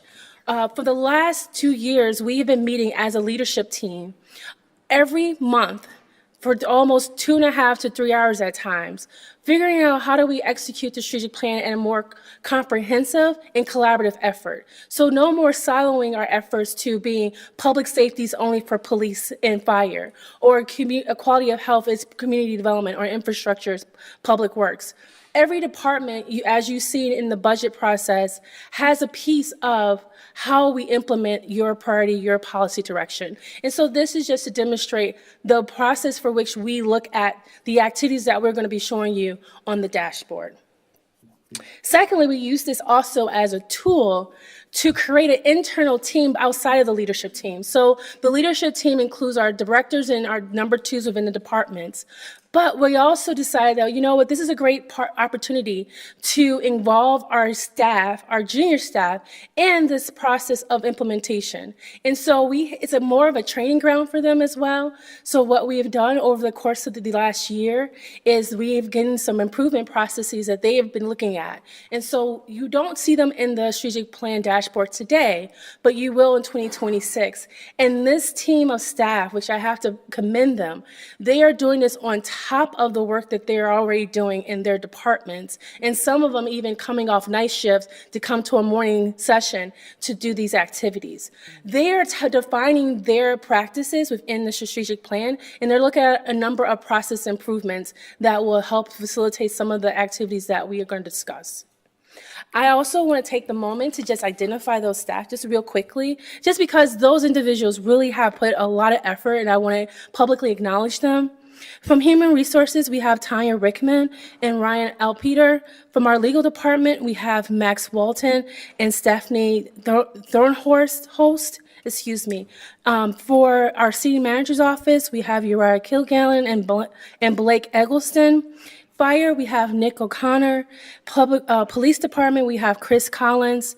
IS, Jason Biller. Community Development, Lamnia Doey and Matt Smith. Finance Department, Christina Ingold and Amanda Hall. ECC, Brianna Agnew, and Public Works, Loretta Adams. And I just want to acknowledge those staff members because they have really put in a lot of effort and time and energy in talking to their staff, their colleagues, to help us think about from their lens how we can better implement the strategic plan. So I just want to give them some kudos. So let's get on to the show. This is really what I'm here to show you tonight, is our strategic plan dashboard. And I practiced this morning and yesterday, so hopefully we are able to get this going. All right, Paul, now the keyboard doesn't want to work. Is it on? Let's see. I did this twice and now it doesn't do it. Let's see. Now I'm going to unfinished business. This is what happened when you want to do technology in real time. Apologies, I'm going to keep us moving. Yep, see? We practiced this. Anyway, so as Paul continues to get us going, I will talk through the dashboard. So our dashboard is now live on our city website at peoriagov.org/strategic plan. And where you will be able to see the dashboard, you will also be able to see the plan and all the activities that led up to the creation of the plan. So what is nice about the plan is that it's iterative. It's not a document, it is a living dashboard. What does that mean? So on a monthly or weekly basis, or a monthly or quarterly basis, we're looking to make updates to the plan. Now, sometimes we have to say, not everything is given to us on a monthly basis, so that's why we're still trying to figure out, will a quarterly or weekly basis work? Thank you. So I am going to, this is a big, I have to tell you, the mouse is bigger than the actual screen size, but we'll work with it. Zoom, there we go. So what I would like to show you today is where does the city plan live? So if you see, every priority is displayed on the dashboard. When you click on the dashboard, you then begin to be able to see, and now this has gotten too big, excuse me. We practiced this and it's still, so you'll see that this is the council's not only priority, but their goal, which is displayed here. And then here, where you see under descriptions, these are your objectives. These were how do we actually fix these issues to actually address the goal that we want to be able to achieve. And so what you're seeing here is, as we continue to fill out the strategic plan and continue to do the work, we will begin to fill these in. So as the last budget process, you saw the department had goals. So what we are now showing you here is, if you go to financial stability, you'd see the activities that are upcoming that we've identified in our budget process that the departments are going to be focusing on. And as you see in here, we also talk about things that we're working on that may not be able to currently be displayed. So what's nice is that you're getting to see real-time activities being worked on as a staff, and over time where it says upcoming, they will then go to on time. If there's a delay, they will say there will be a signal for showing a delay, or if it's something that's completed, it will show completion. And it'll allow for us to even put some explanations and updates at the bottom, so that if there's some additional details that we want to display, you're able to do so. So if we continue to go through downtown development, I remember at the meeting in October, we talked about downtown development, and there was a question of why is there nothing present? As you can see in downtown development, we have several areas that we are focusing on. Revitalization and development, downtown safety and livability, riverfront and being a destination location. So when we start looking into the actual activities, what you start seeing is what are we doing as staff to address these issues. So we go into the actual partnership that we're working through. So like tonight with the passage of the Hanks Foundation project, we can add that now to our strategic plan as an activity. And then you keep going down as we're working with our community partners, our CDOs, as they have activities that we are partnering with them, we can then continue to add that information into this. This is a living document. This is not static. So as we have new information, the dashboard we update to reflect that information. And as we grow, because there might be information here that we're not talking about today, but over the course of 2026, as a council, you may have some additional priorities within the current 6 priorities that you want us to focus on, and then we can add those objectives into the strategic plan as we continue to build this out. This is going to continue for now up until the end of this current plan, which is scheduled to conclude in 2029. Now, we'll be at that point, council make a decision probably in 2028, how we want to proceed in 2029 with reviewing the plan. But the document on a quarterly basis will be presenting to some form of fashion to council and update us as to the dashboard. As we continue to train staff and as we continue to iterate and look at how we can better present things, you will see some additional updates to this aesthetically as well as information-wise. So again, we will love your feedback and your, if there's any feedback from your perspective that you want to make sure is being reflected, we would love to hear that, and we would definitely to receive that feedback. And of course, we want this to be understandable to our community members. We want them to be able to see in these activities what they came to a 2-day community engagement activity see reflected as what we're trying to strive for. So with that, I will stop talking and give you the floor to ask any questions. And again, I want to also just really quickly, I want to truly thank my partner in crime in this effort. Kyle Craddy and I have really been hand in hand every single day. I think all we do maybe once a week is talk about strategic plan. And with that, we have 2 excellent, amazing, up and coming, just great employees that have really done the effort in making this dashboard be what it looks like today. And I want to acknowledge Blake Eggleston and Amanda Hall for all their efforts. To have to deal with me and Kyle and the amount of information that we're throwing at them all at one time and then telling them, okay, come back and figure out how to make it work. And they always did. I just want to give them a public acknowledgement for their effort, because what you're seeing in front of them is 100% their work and dedication, and it would not have happened without them. So I really want to give them a thank you for their effort. So with that, I'll give the floor back to you, Mayor. Thank you, Madam Manager, for continuing to make the strategic plan a priority and delivering on your promise of a dashboard. I recall that the purple was ACT. So that was just for the, please don't close, those are 2 separate things. So if I go back to the dashboard, that's a good point. So there is a color scheme to this, and we will make sure the legend is up here.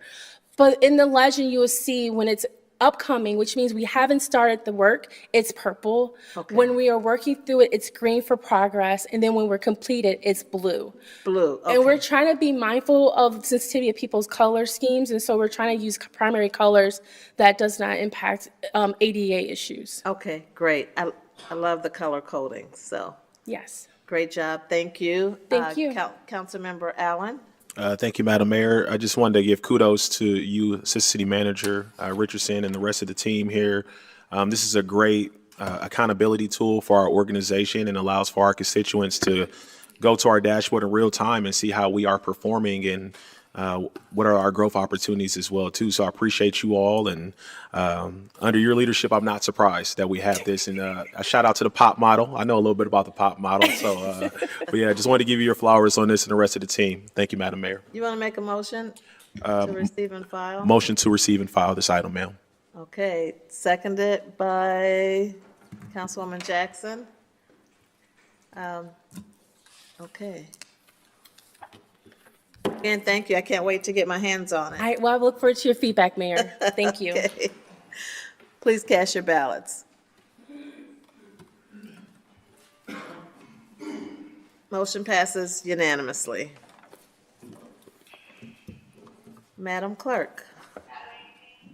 We are now at unfinished business. Item number 25-334, a communication with the request to concur with the recommendation from staff to adopt an ordinance approving a special use in the Class CN district to establish a halfway house for the property located at 1924 Southwest Adams Street.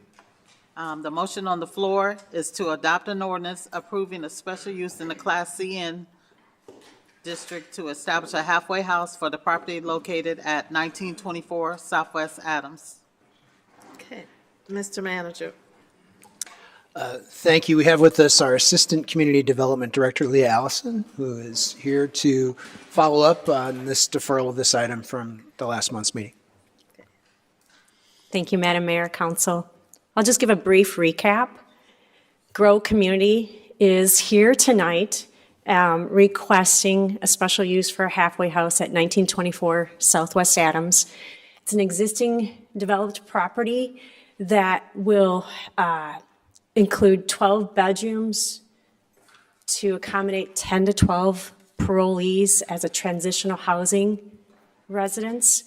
It will be staffed with 3 staff during normal business hours, have 24/7 after-hours security on site as well. The property is zoned commercial, neighborhood commercial. The use is allowed through this process as a special use. I'm happy to answer any questions, but as I mentioned, GROW is here with representatives to answer your questions that you had mentioned at the last meeting and would, like the opportunity to speak to you as well. Sure. The leading representative for GROW, we'd like to hear from you. And there were some questions that were, that came up in our last meeting, and maybe you can help to answer some of those questions. Yes, please. Well, good evening, Madam Mayor and the Peoria City Council. My name is Francine Poole, and I serve as the Director of Real Estate and Development for Grow Community.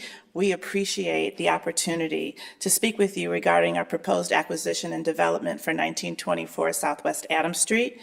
We'll be happy to answer any questions you have, but I'd like to give you an opportunity to hear me out, because as the real estate director, and then also hear the reentry director, so you can get a little bit of an idea about how the program is. So if you would just hold your questions to the end, I would sincerely appreciate it. Thank you. Can you spell your last name for me? Sure. Poole is Poole. At Grow Community, my role is to oversee all property acquisition, development, planning, rehabilitation oversight, and compliance with state and municipal requirements.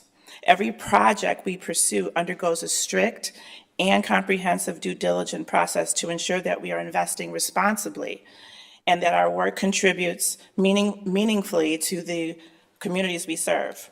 Before we move forward on any property, including 1924 Southwest Adams, we follow a structured evaluation process. We hired a local reputable architect that the City of Peoria approves. We conduct a full professional inspection to identify structural needs, environmental concerns, and required upgrades.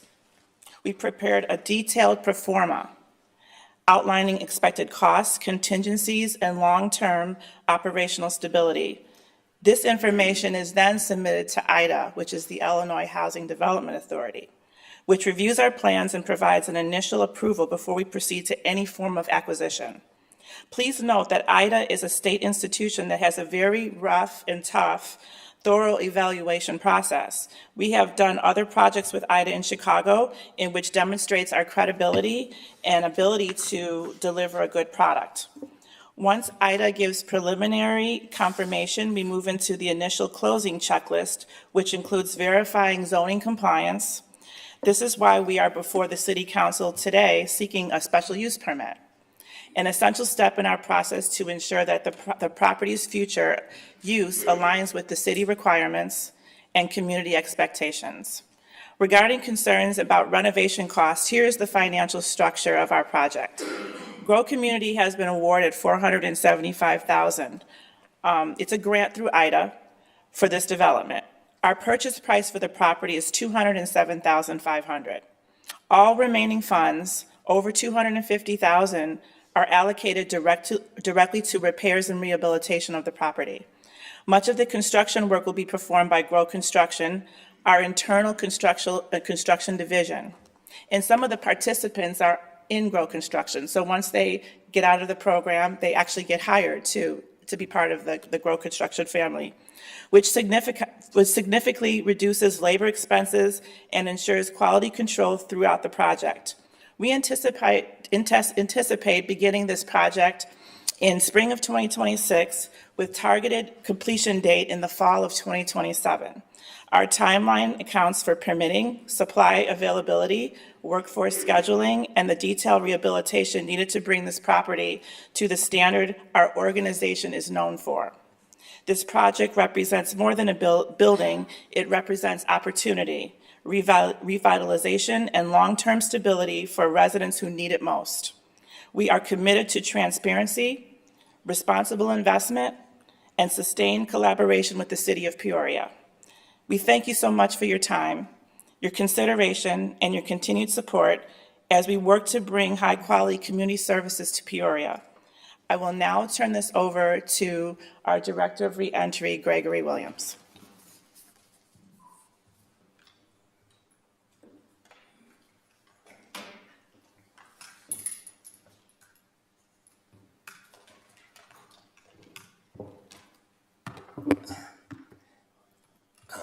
Thank you for your time, council members and Madam Mayor. It's a pleasure to be here this evening. Medication is wearing off. Pain is emanating, but that's okay. It's for a worthy cause. Grow Community. I've been with Grow Community a little over 5 years now, working, started as a therapist, did the first pilot program for the workforce development program. They're successfully running right now in Chicago. Additionally, I've been supervisor for the community department, which handles just regular walk-ins and people just coming in off the streets, etc. Now I'm currently the director of reentry, and I work with men who are dealing with severe trauma, not only the trauma that they have experienced in the streets, but the trauma that they experience while incarcerated. One of the things I want you to remember about Grow Community is that it's healing boys and restoring men, thus transforming the community by making sure that we take time out to pour into individuals that have been traumatized as well as being incarcerated. And if I had time, I would want you to understand something very seriously that resonates with the incarcerated population. I met a young man that I worked with. He had been in the Cook County Jail for approximately somewhere between 3 to 6 months. The individual got out on bond finally, went home, stayed with his girlfriend. What happened is that in the middle of the night, this young man got up, and I want you to know that I have been working with this young man for a while.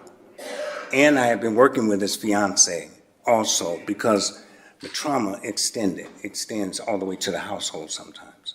And so while working with them, it became more like family counseling versus me just counseling him. And that was no charge to them. That was just a charge to them and that was paid by insurance. It's not out of pocket. And so we also do pro bono. And I want to make sure you understand that when we can't get the insurance for the individual, we work primarily with men, we will do it pro bono. All it needs to do is to be approved. But I want you to realize that this, as I digress, I want to go back to the young man, that as he got up in the middle of the night, he woke up in the middle of the night, went to go relieve himself to use the restroom. However, he got up and did not make it to the restroom. He made it to the wall and the dresser. While I received the call at around 11 o'clock at night, I noticed that it was on my Google line, which means that it's a client calling. This is when I was doing actual therapy. The gentleman was asleep, went back to sleep. She tells me, she gets on the phone, she said, Mr. Williams, you need to come and get him. You need to do something right now.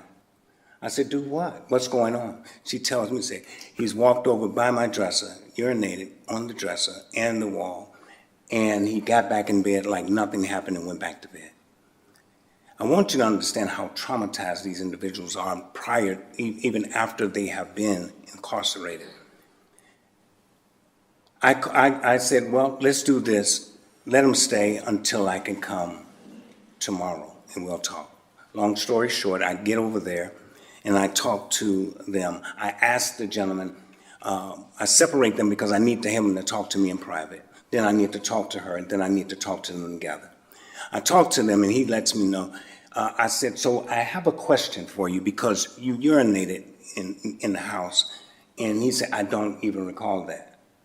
I said, were you sleepwalking? Do you think you were sleepwalking? No, we eliminated that. The other piece that I understood, then I started asking him another question. Draw me an outline of your cell. And when he finished drawing me the outline of the cell in proximity to where the bedroom was situated, that's where the toilet was. Do you understand that it is embedded in them when they come out? Not all, but most. There is a severe level of trauma that they experience while they are incarcerated. So we need to be there to help them. They asked me to take over the reentry department, and it has grown in Chicago, and we have a program that works. We have a program that's sustained. There are 3 gentlemen here at least that have stories that are success stories, that are working for GROW. One is in school in Governor State University now. We've seen tremendous transformations. So without any hesitation, I really want you to realize that they have been through some traumatic experiences, but they have been able to overcome. And so some of the barriers that we deal with is transportation when they come out. So you have transportation issues. Why do you have transportation issues? I'm glad you asked. Because there are barriers going through different neighborhoods and territories. Because sometimes what they have done while they were on the outside that caused them to go into on the inside does not allow them to walk freely through different areas. In GROW Community, we help solve that problem. And how do we solve that problem? By allowing our therapists to go to them. This works. This also, I want you to know, it helps them to deal with their parole stipulations. Some of their parole stipulations require that they go in different places to do different things. Get their identification, making sure that they have insurance, parole stipulation. They have to have therapy. That's where we come in. That's where the reentry department starts at, therapy.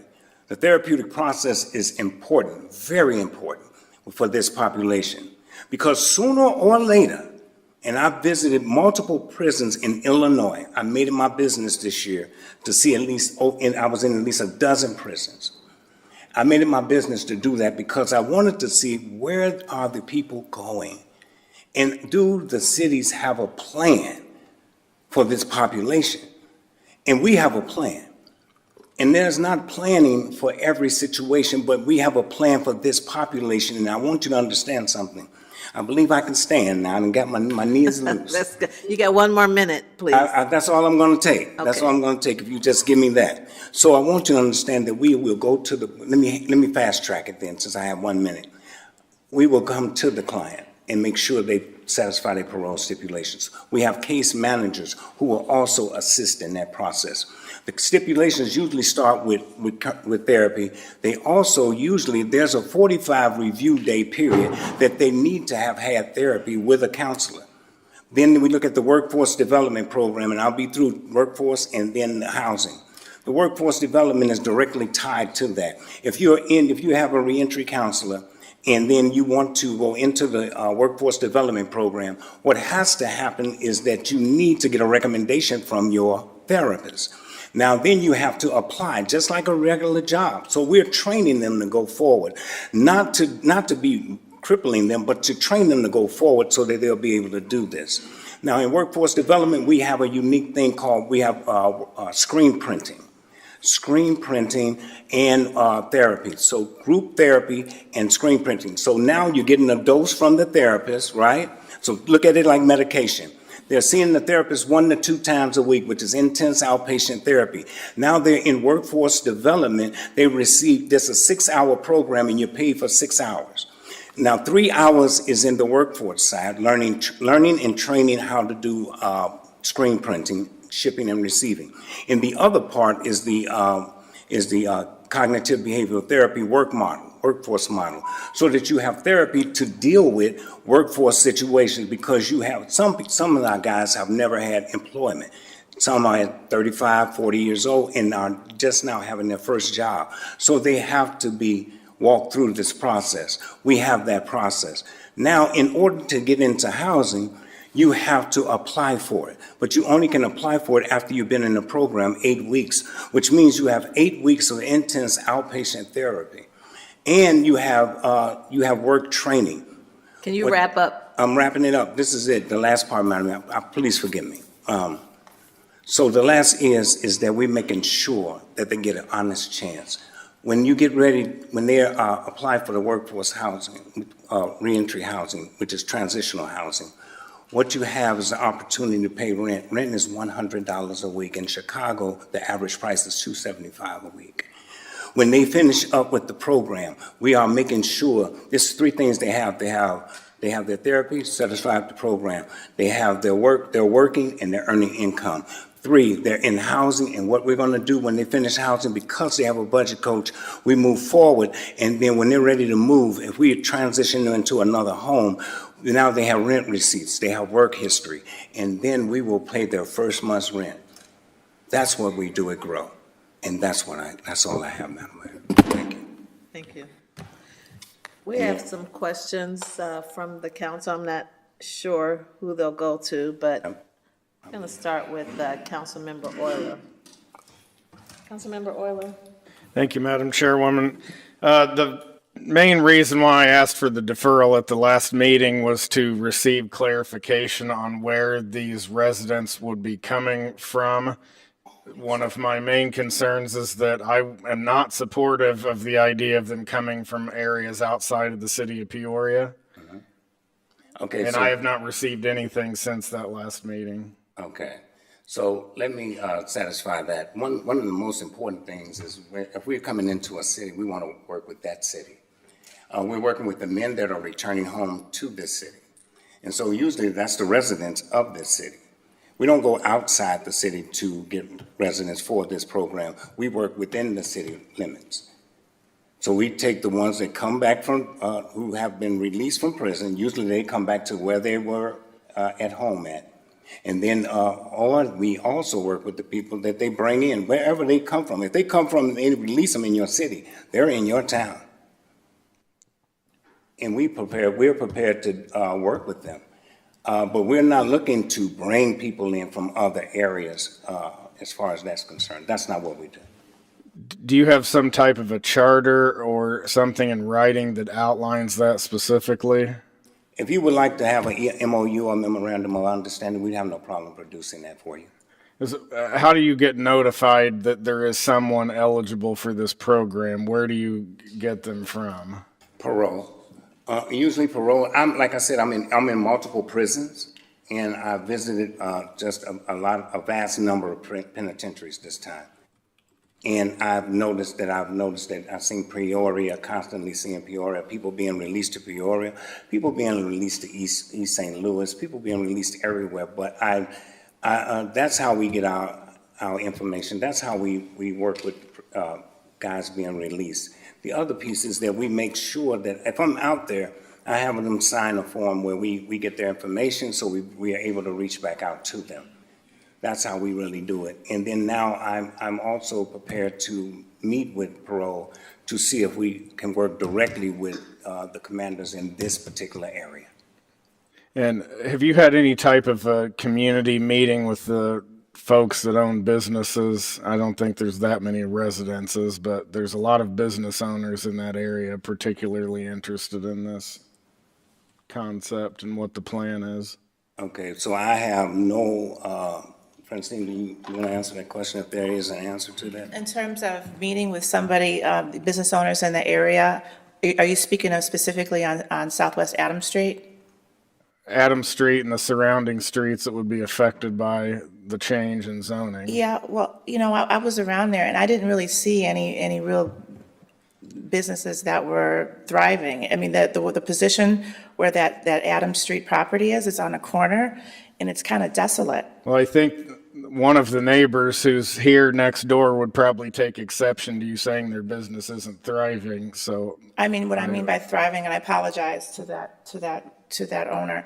What I mean is that we didn't recognize a lot of businesses there because the position of where the property is, the area is it's desolate. It's quiet. There's not a lot of activity.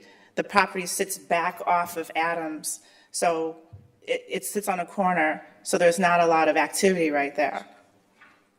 So again, we didn't talk to any business owners there around the area because simply we just didn't see them when we were there. It's very quiet where the property sits. Well, there's quite a few of them here this evening. Would you be open to having a community meeting with them before we take this item up at a future meeting? I mean, yeah, sure. Absolutely. That makes sense. So I would. May I ask what the concern is?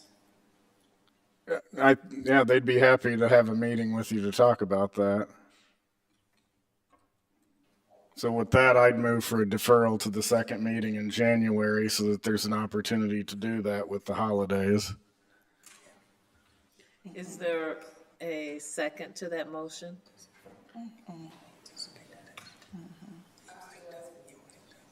Yeah. Oh, well. We have a second by Councilman Kelly to defer it. It's up to the council to decide whether to do that or not. His motion was to defer it to the second meeting in January. If anybody wants to speak to the deferral, you can. Are you done, Councilman Euler? Okay. Councilman Jackson, you want to speak to the deferral?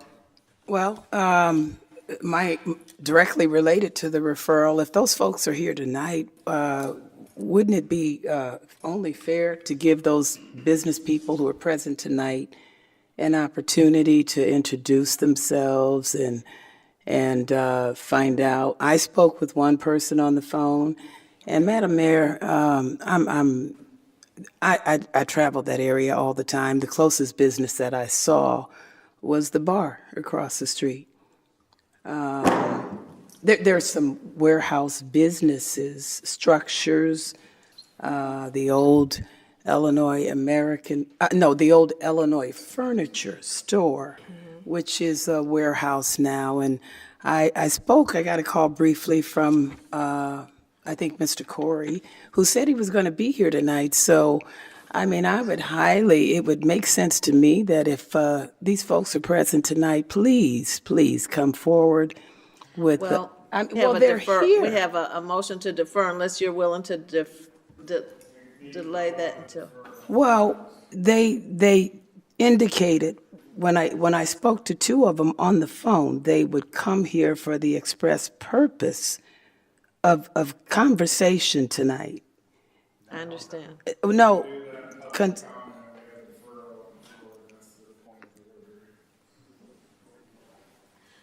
Well, we can vote on the deferral. Do you want to speak to the deferral, Councilman Riggenbach? Yes, ma'am. Okay. Thank you, Madam Mayor. I will be supporting the deferral because I have a number of questions that I would like to relay to Ms. Poole after the vote, because there's a number of things. I love the concept of what you do, but how much can I say? With the budget of $450,000, it's just not realistic. So I think there needs to be further discussion, and if you could meet with some of us council members before that next meeting, I think we'd be able to have that back and forth So I definitely see the need for more time on this. Okay. In terms of the budget, the property had a professional inspection done, and our pro forma is using that inspection. So the property can be done for the amount that I stated, because we've already had the construction crew out. I've had estimates from roofing and windows. So we've already, the budget is there. 475,000 is the grant. And then the property acquisition cost is 209? So the remainder is what we'll be using to renovate the property. So keep in mind, though, Grow Construction is an internal division too. So we have our own internal division of contractors and skilled laborers that will be doing the renovation.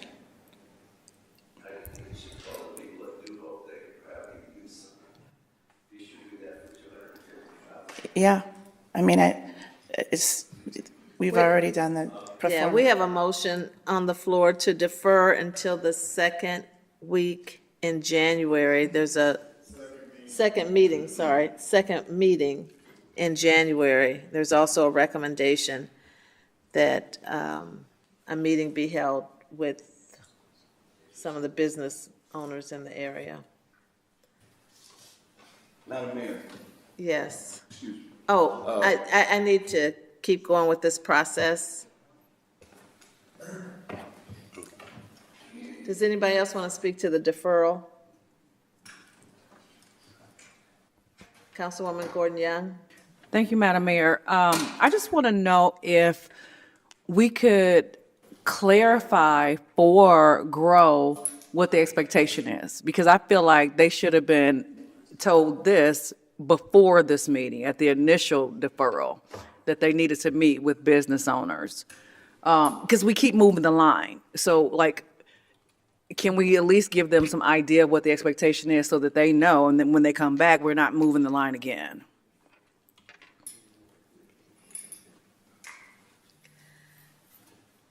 We're going to have to vote on the deferral and see where we land. Okay. Okay. The motion is to defer until the second meeting in January.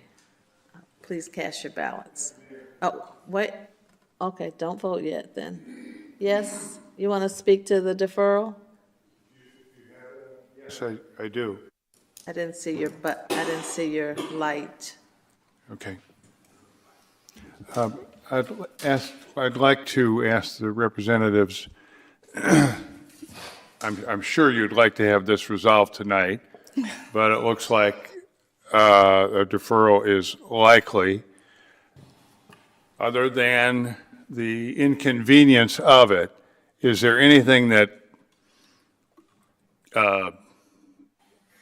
goes bad in the meantime, or can we? Yeah. Can you accommodate the deferral, even though you'd rather not have it, in that time frame? Yeah, so we have a seller that's eager to get this done. Ida was anticipating us to have an answer for them on whether or not this special use permit was going to be granted. So we have to go back to Ida and restructure our meetings because of this. I mean, if you ask me, do I want it done tonight? Absolutely. I understand. Because now I have to go back to Ida and, explain. Other than that, I can just say, and I just want to make sure you understand, whatever the renovation costs is not going to cost the city of Peoria. The only thing we can really talk about is the deferral. Okay. And you've answered my question. Okay. I don't want to cut you off, but No, I understand, but I just, we can't discuss the facts. okay, no problem. I guess I think that's important for us to know, but, so, thank you, Madam Mayor. You're welcome.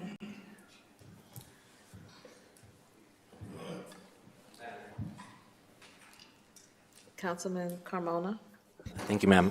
I think that it's logical to, and I wish this would have been done a little bit earlier. I do really appreciate what GROW is doing. Obviously, it's very important to try to help each other out to get on the right track. But I think it is very logical to. I mean, there's a special use requirement for a reason, I guess, and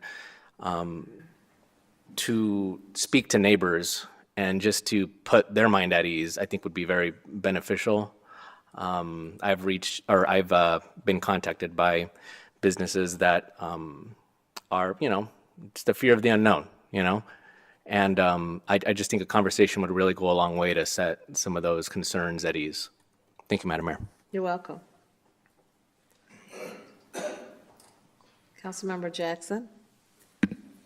Thank you, Madam Mayor. Just to Councilmember Carmona's point, I was at a neighborhood association meeting a couple weeks ago, and Mr. Holloway was there. There were no concerns, at least not raised at that meeting. He's not what? There were no concerns raised at that meeting at that particular time. Okay. No. And if you're familiar with the area, it's largely industrial. There's not very many houses around there, Madam Mayor. So I'm not sure what neighbors you're talking about. The closest neighborhood association, I was at their meeting a couple weeks ago. I didn't hear any major concerns. Mr. Holloway was there as well. So what are you saying? What I'm saying related is, to the deferral? well, what are you saying? I'm just relating to his point. He said neighbors need to come and talk about it. I don't know what that had to do with the deferral. Okay. I'm just saying it's largely industrial. So where these neighbors are, I'm not sure, at least in close proximity. Okay. Now I'll just leave it at that. Okay.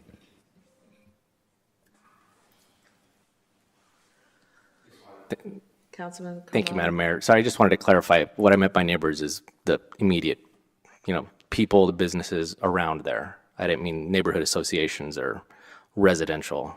So just wanted to clarify that. Thank you, Madam Mayor. Okay. The motion is to defer to the second meeting in January. If this passes, hopefully we will have some action the second meeting in January without continued deferrals.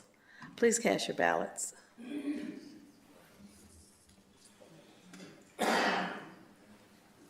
Motion passes with 1 nay. Allen. Madam Clerk? If there isn't any additional unfinished business, we are now at new business. Is there any new business? Do we have citizen comments? Thank you. No cards? Nope, I forgot. No cards, okay. All right, there are no citizen comments, so I would like to invite a motion to adjourn and to convene in closed session immediately following the adjournment of the city council meeting pursuant to the Open Meetings Act 5 ILCS 122C11 to discuss pending litigation or probable or imminent litigation, and pursuant to the Open Meetings Act 5 ILCS 122C21 for approval by the body of closed session minutes. Moved by Councilmember Allen, seconded by Councilmember Gordon Young. Please cast your ballots.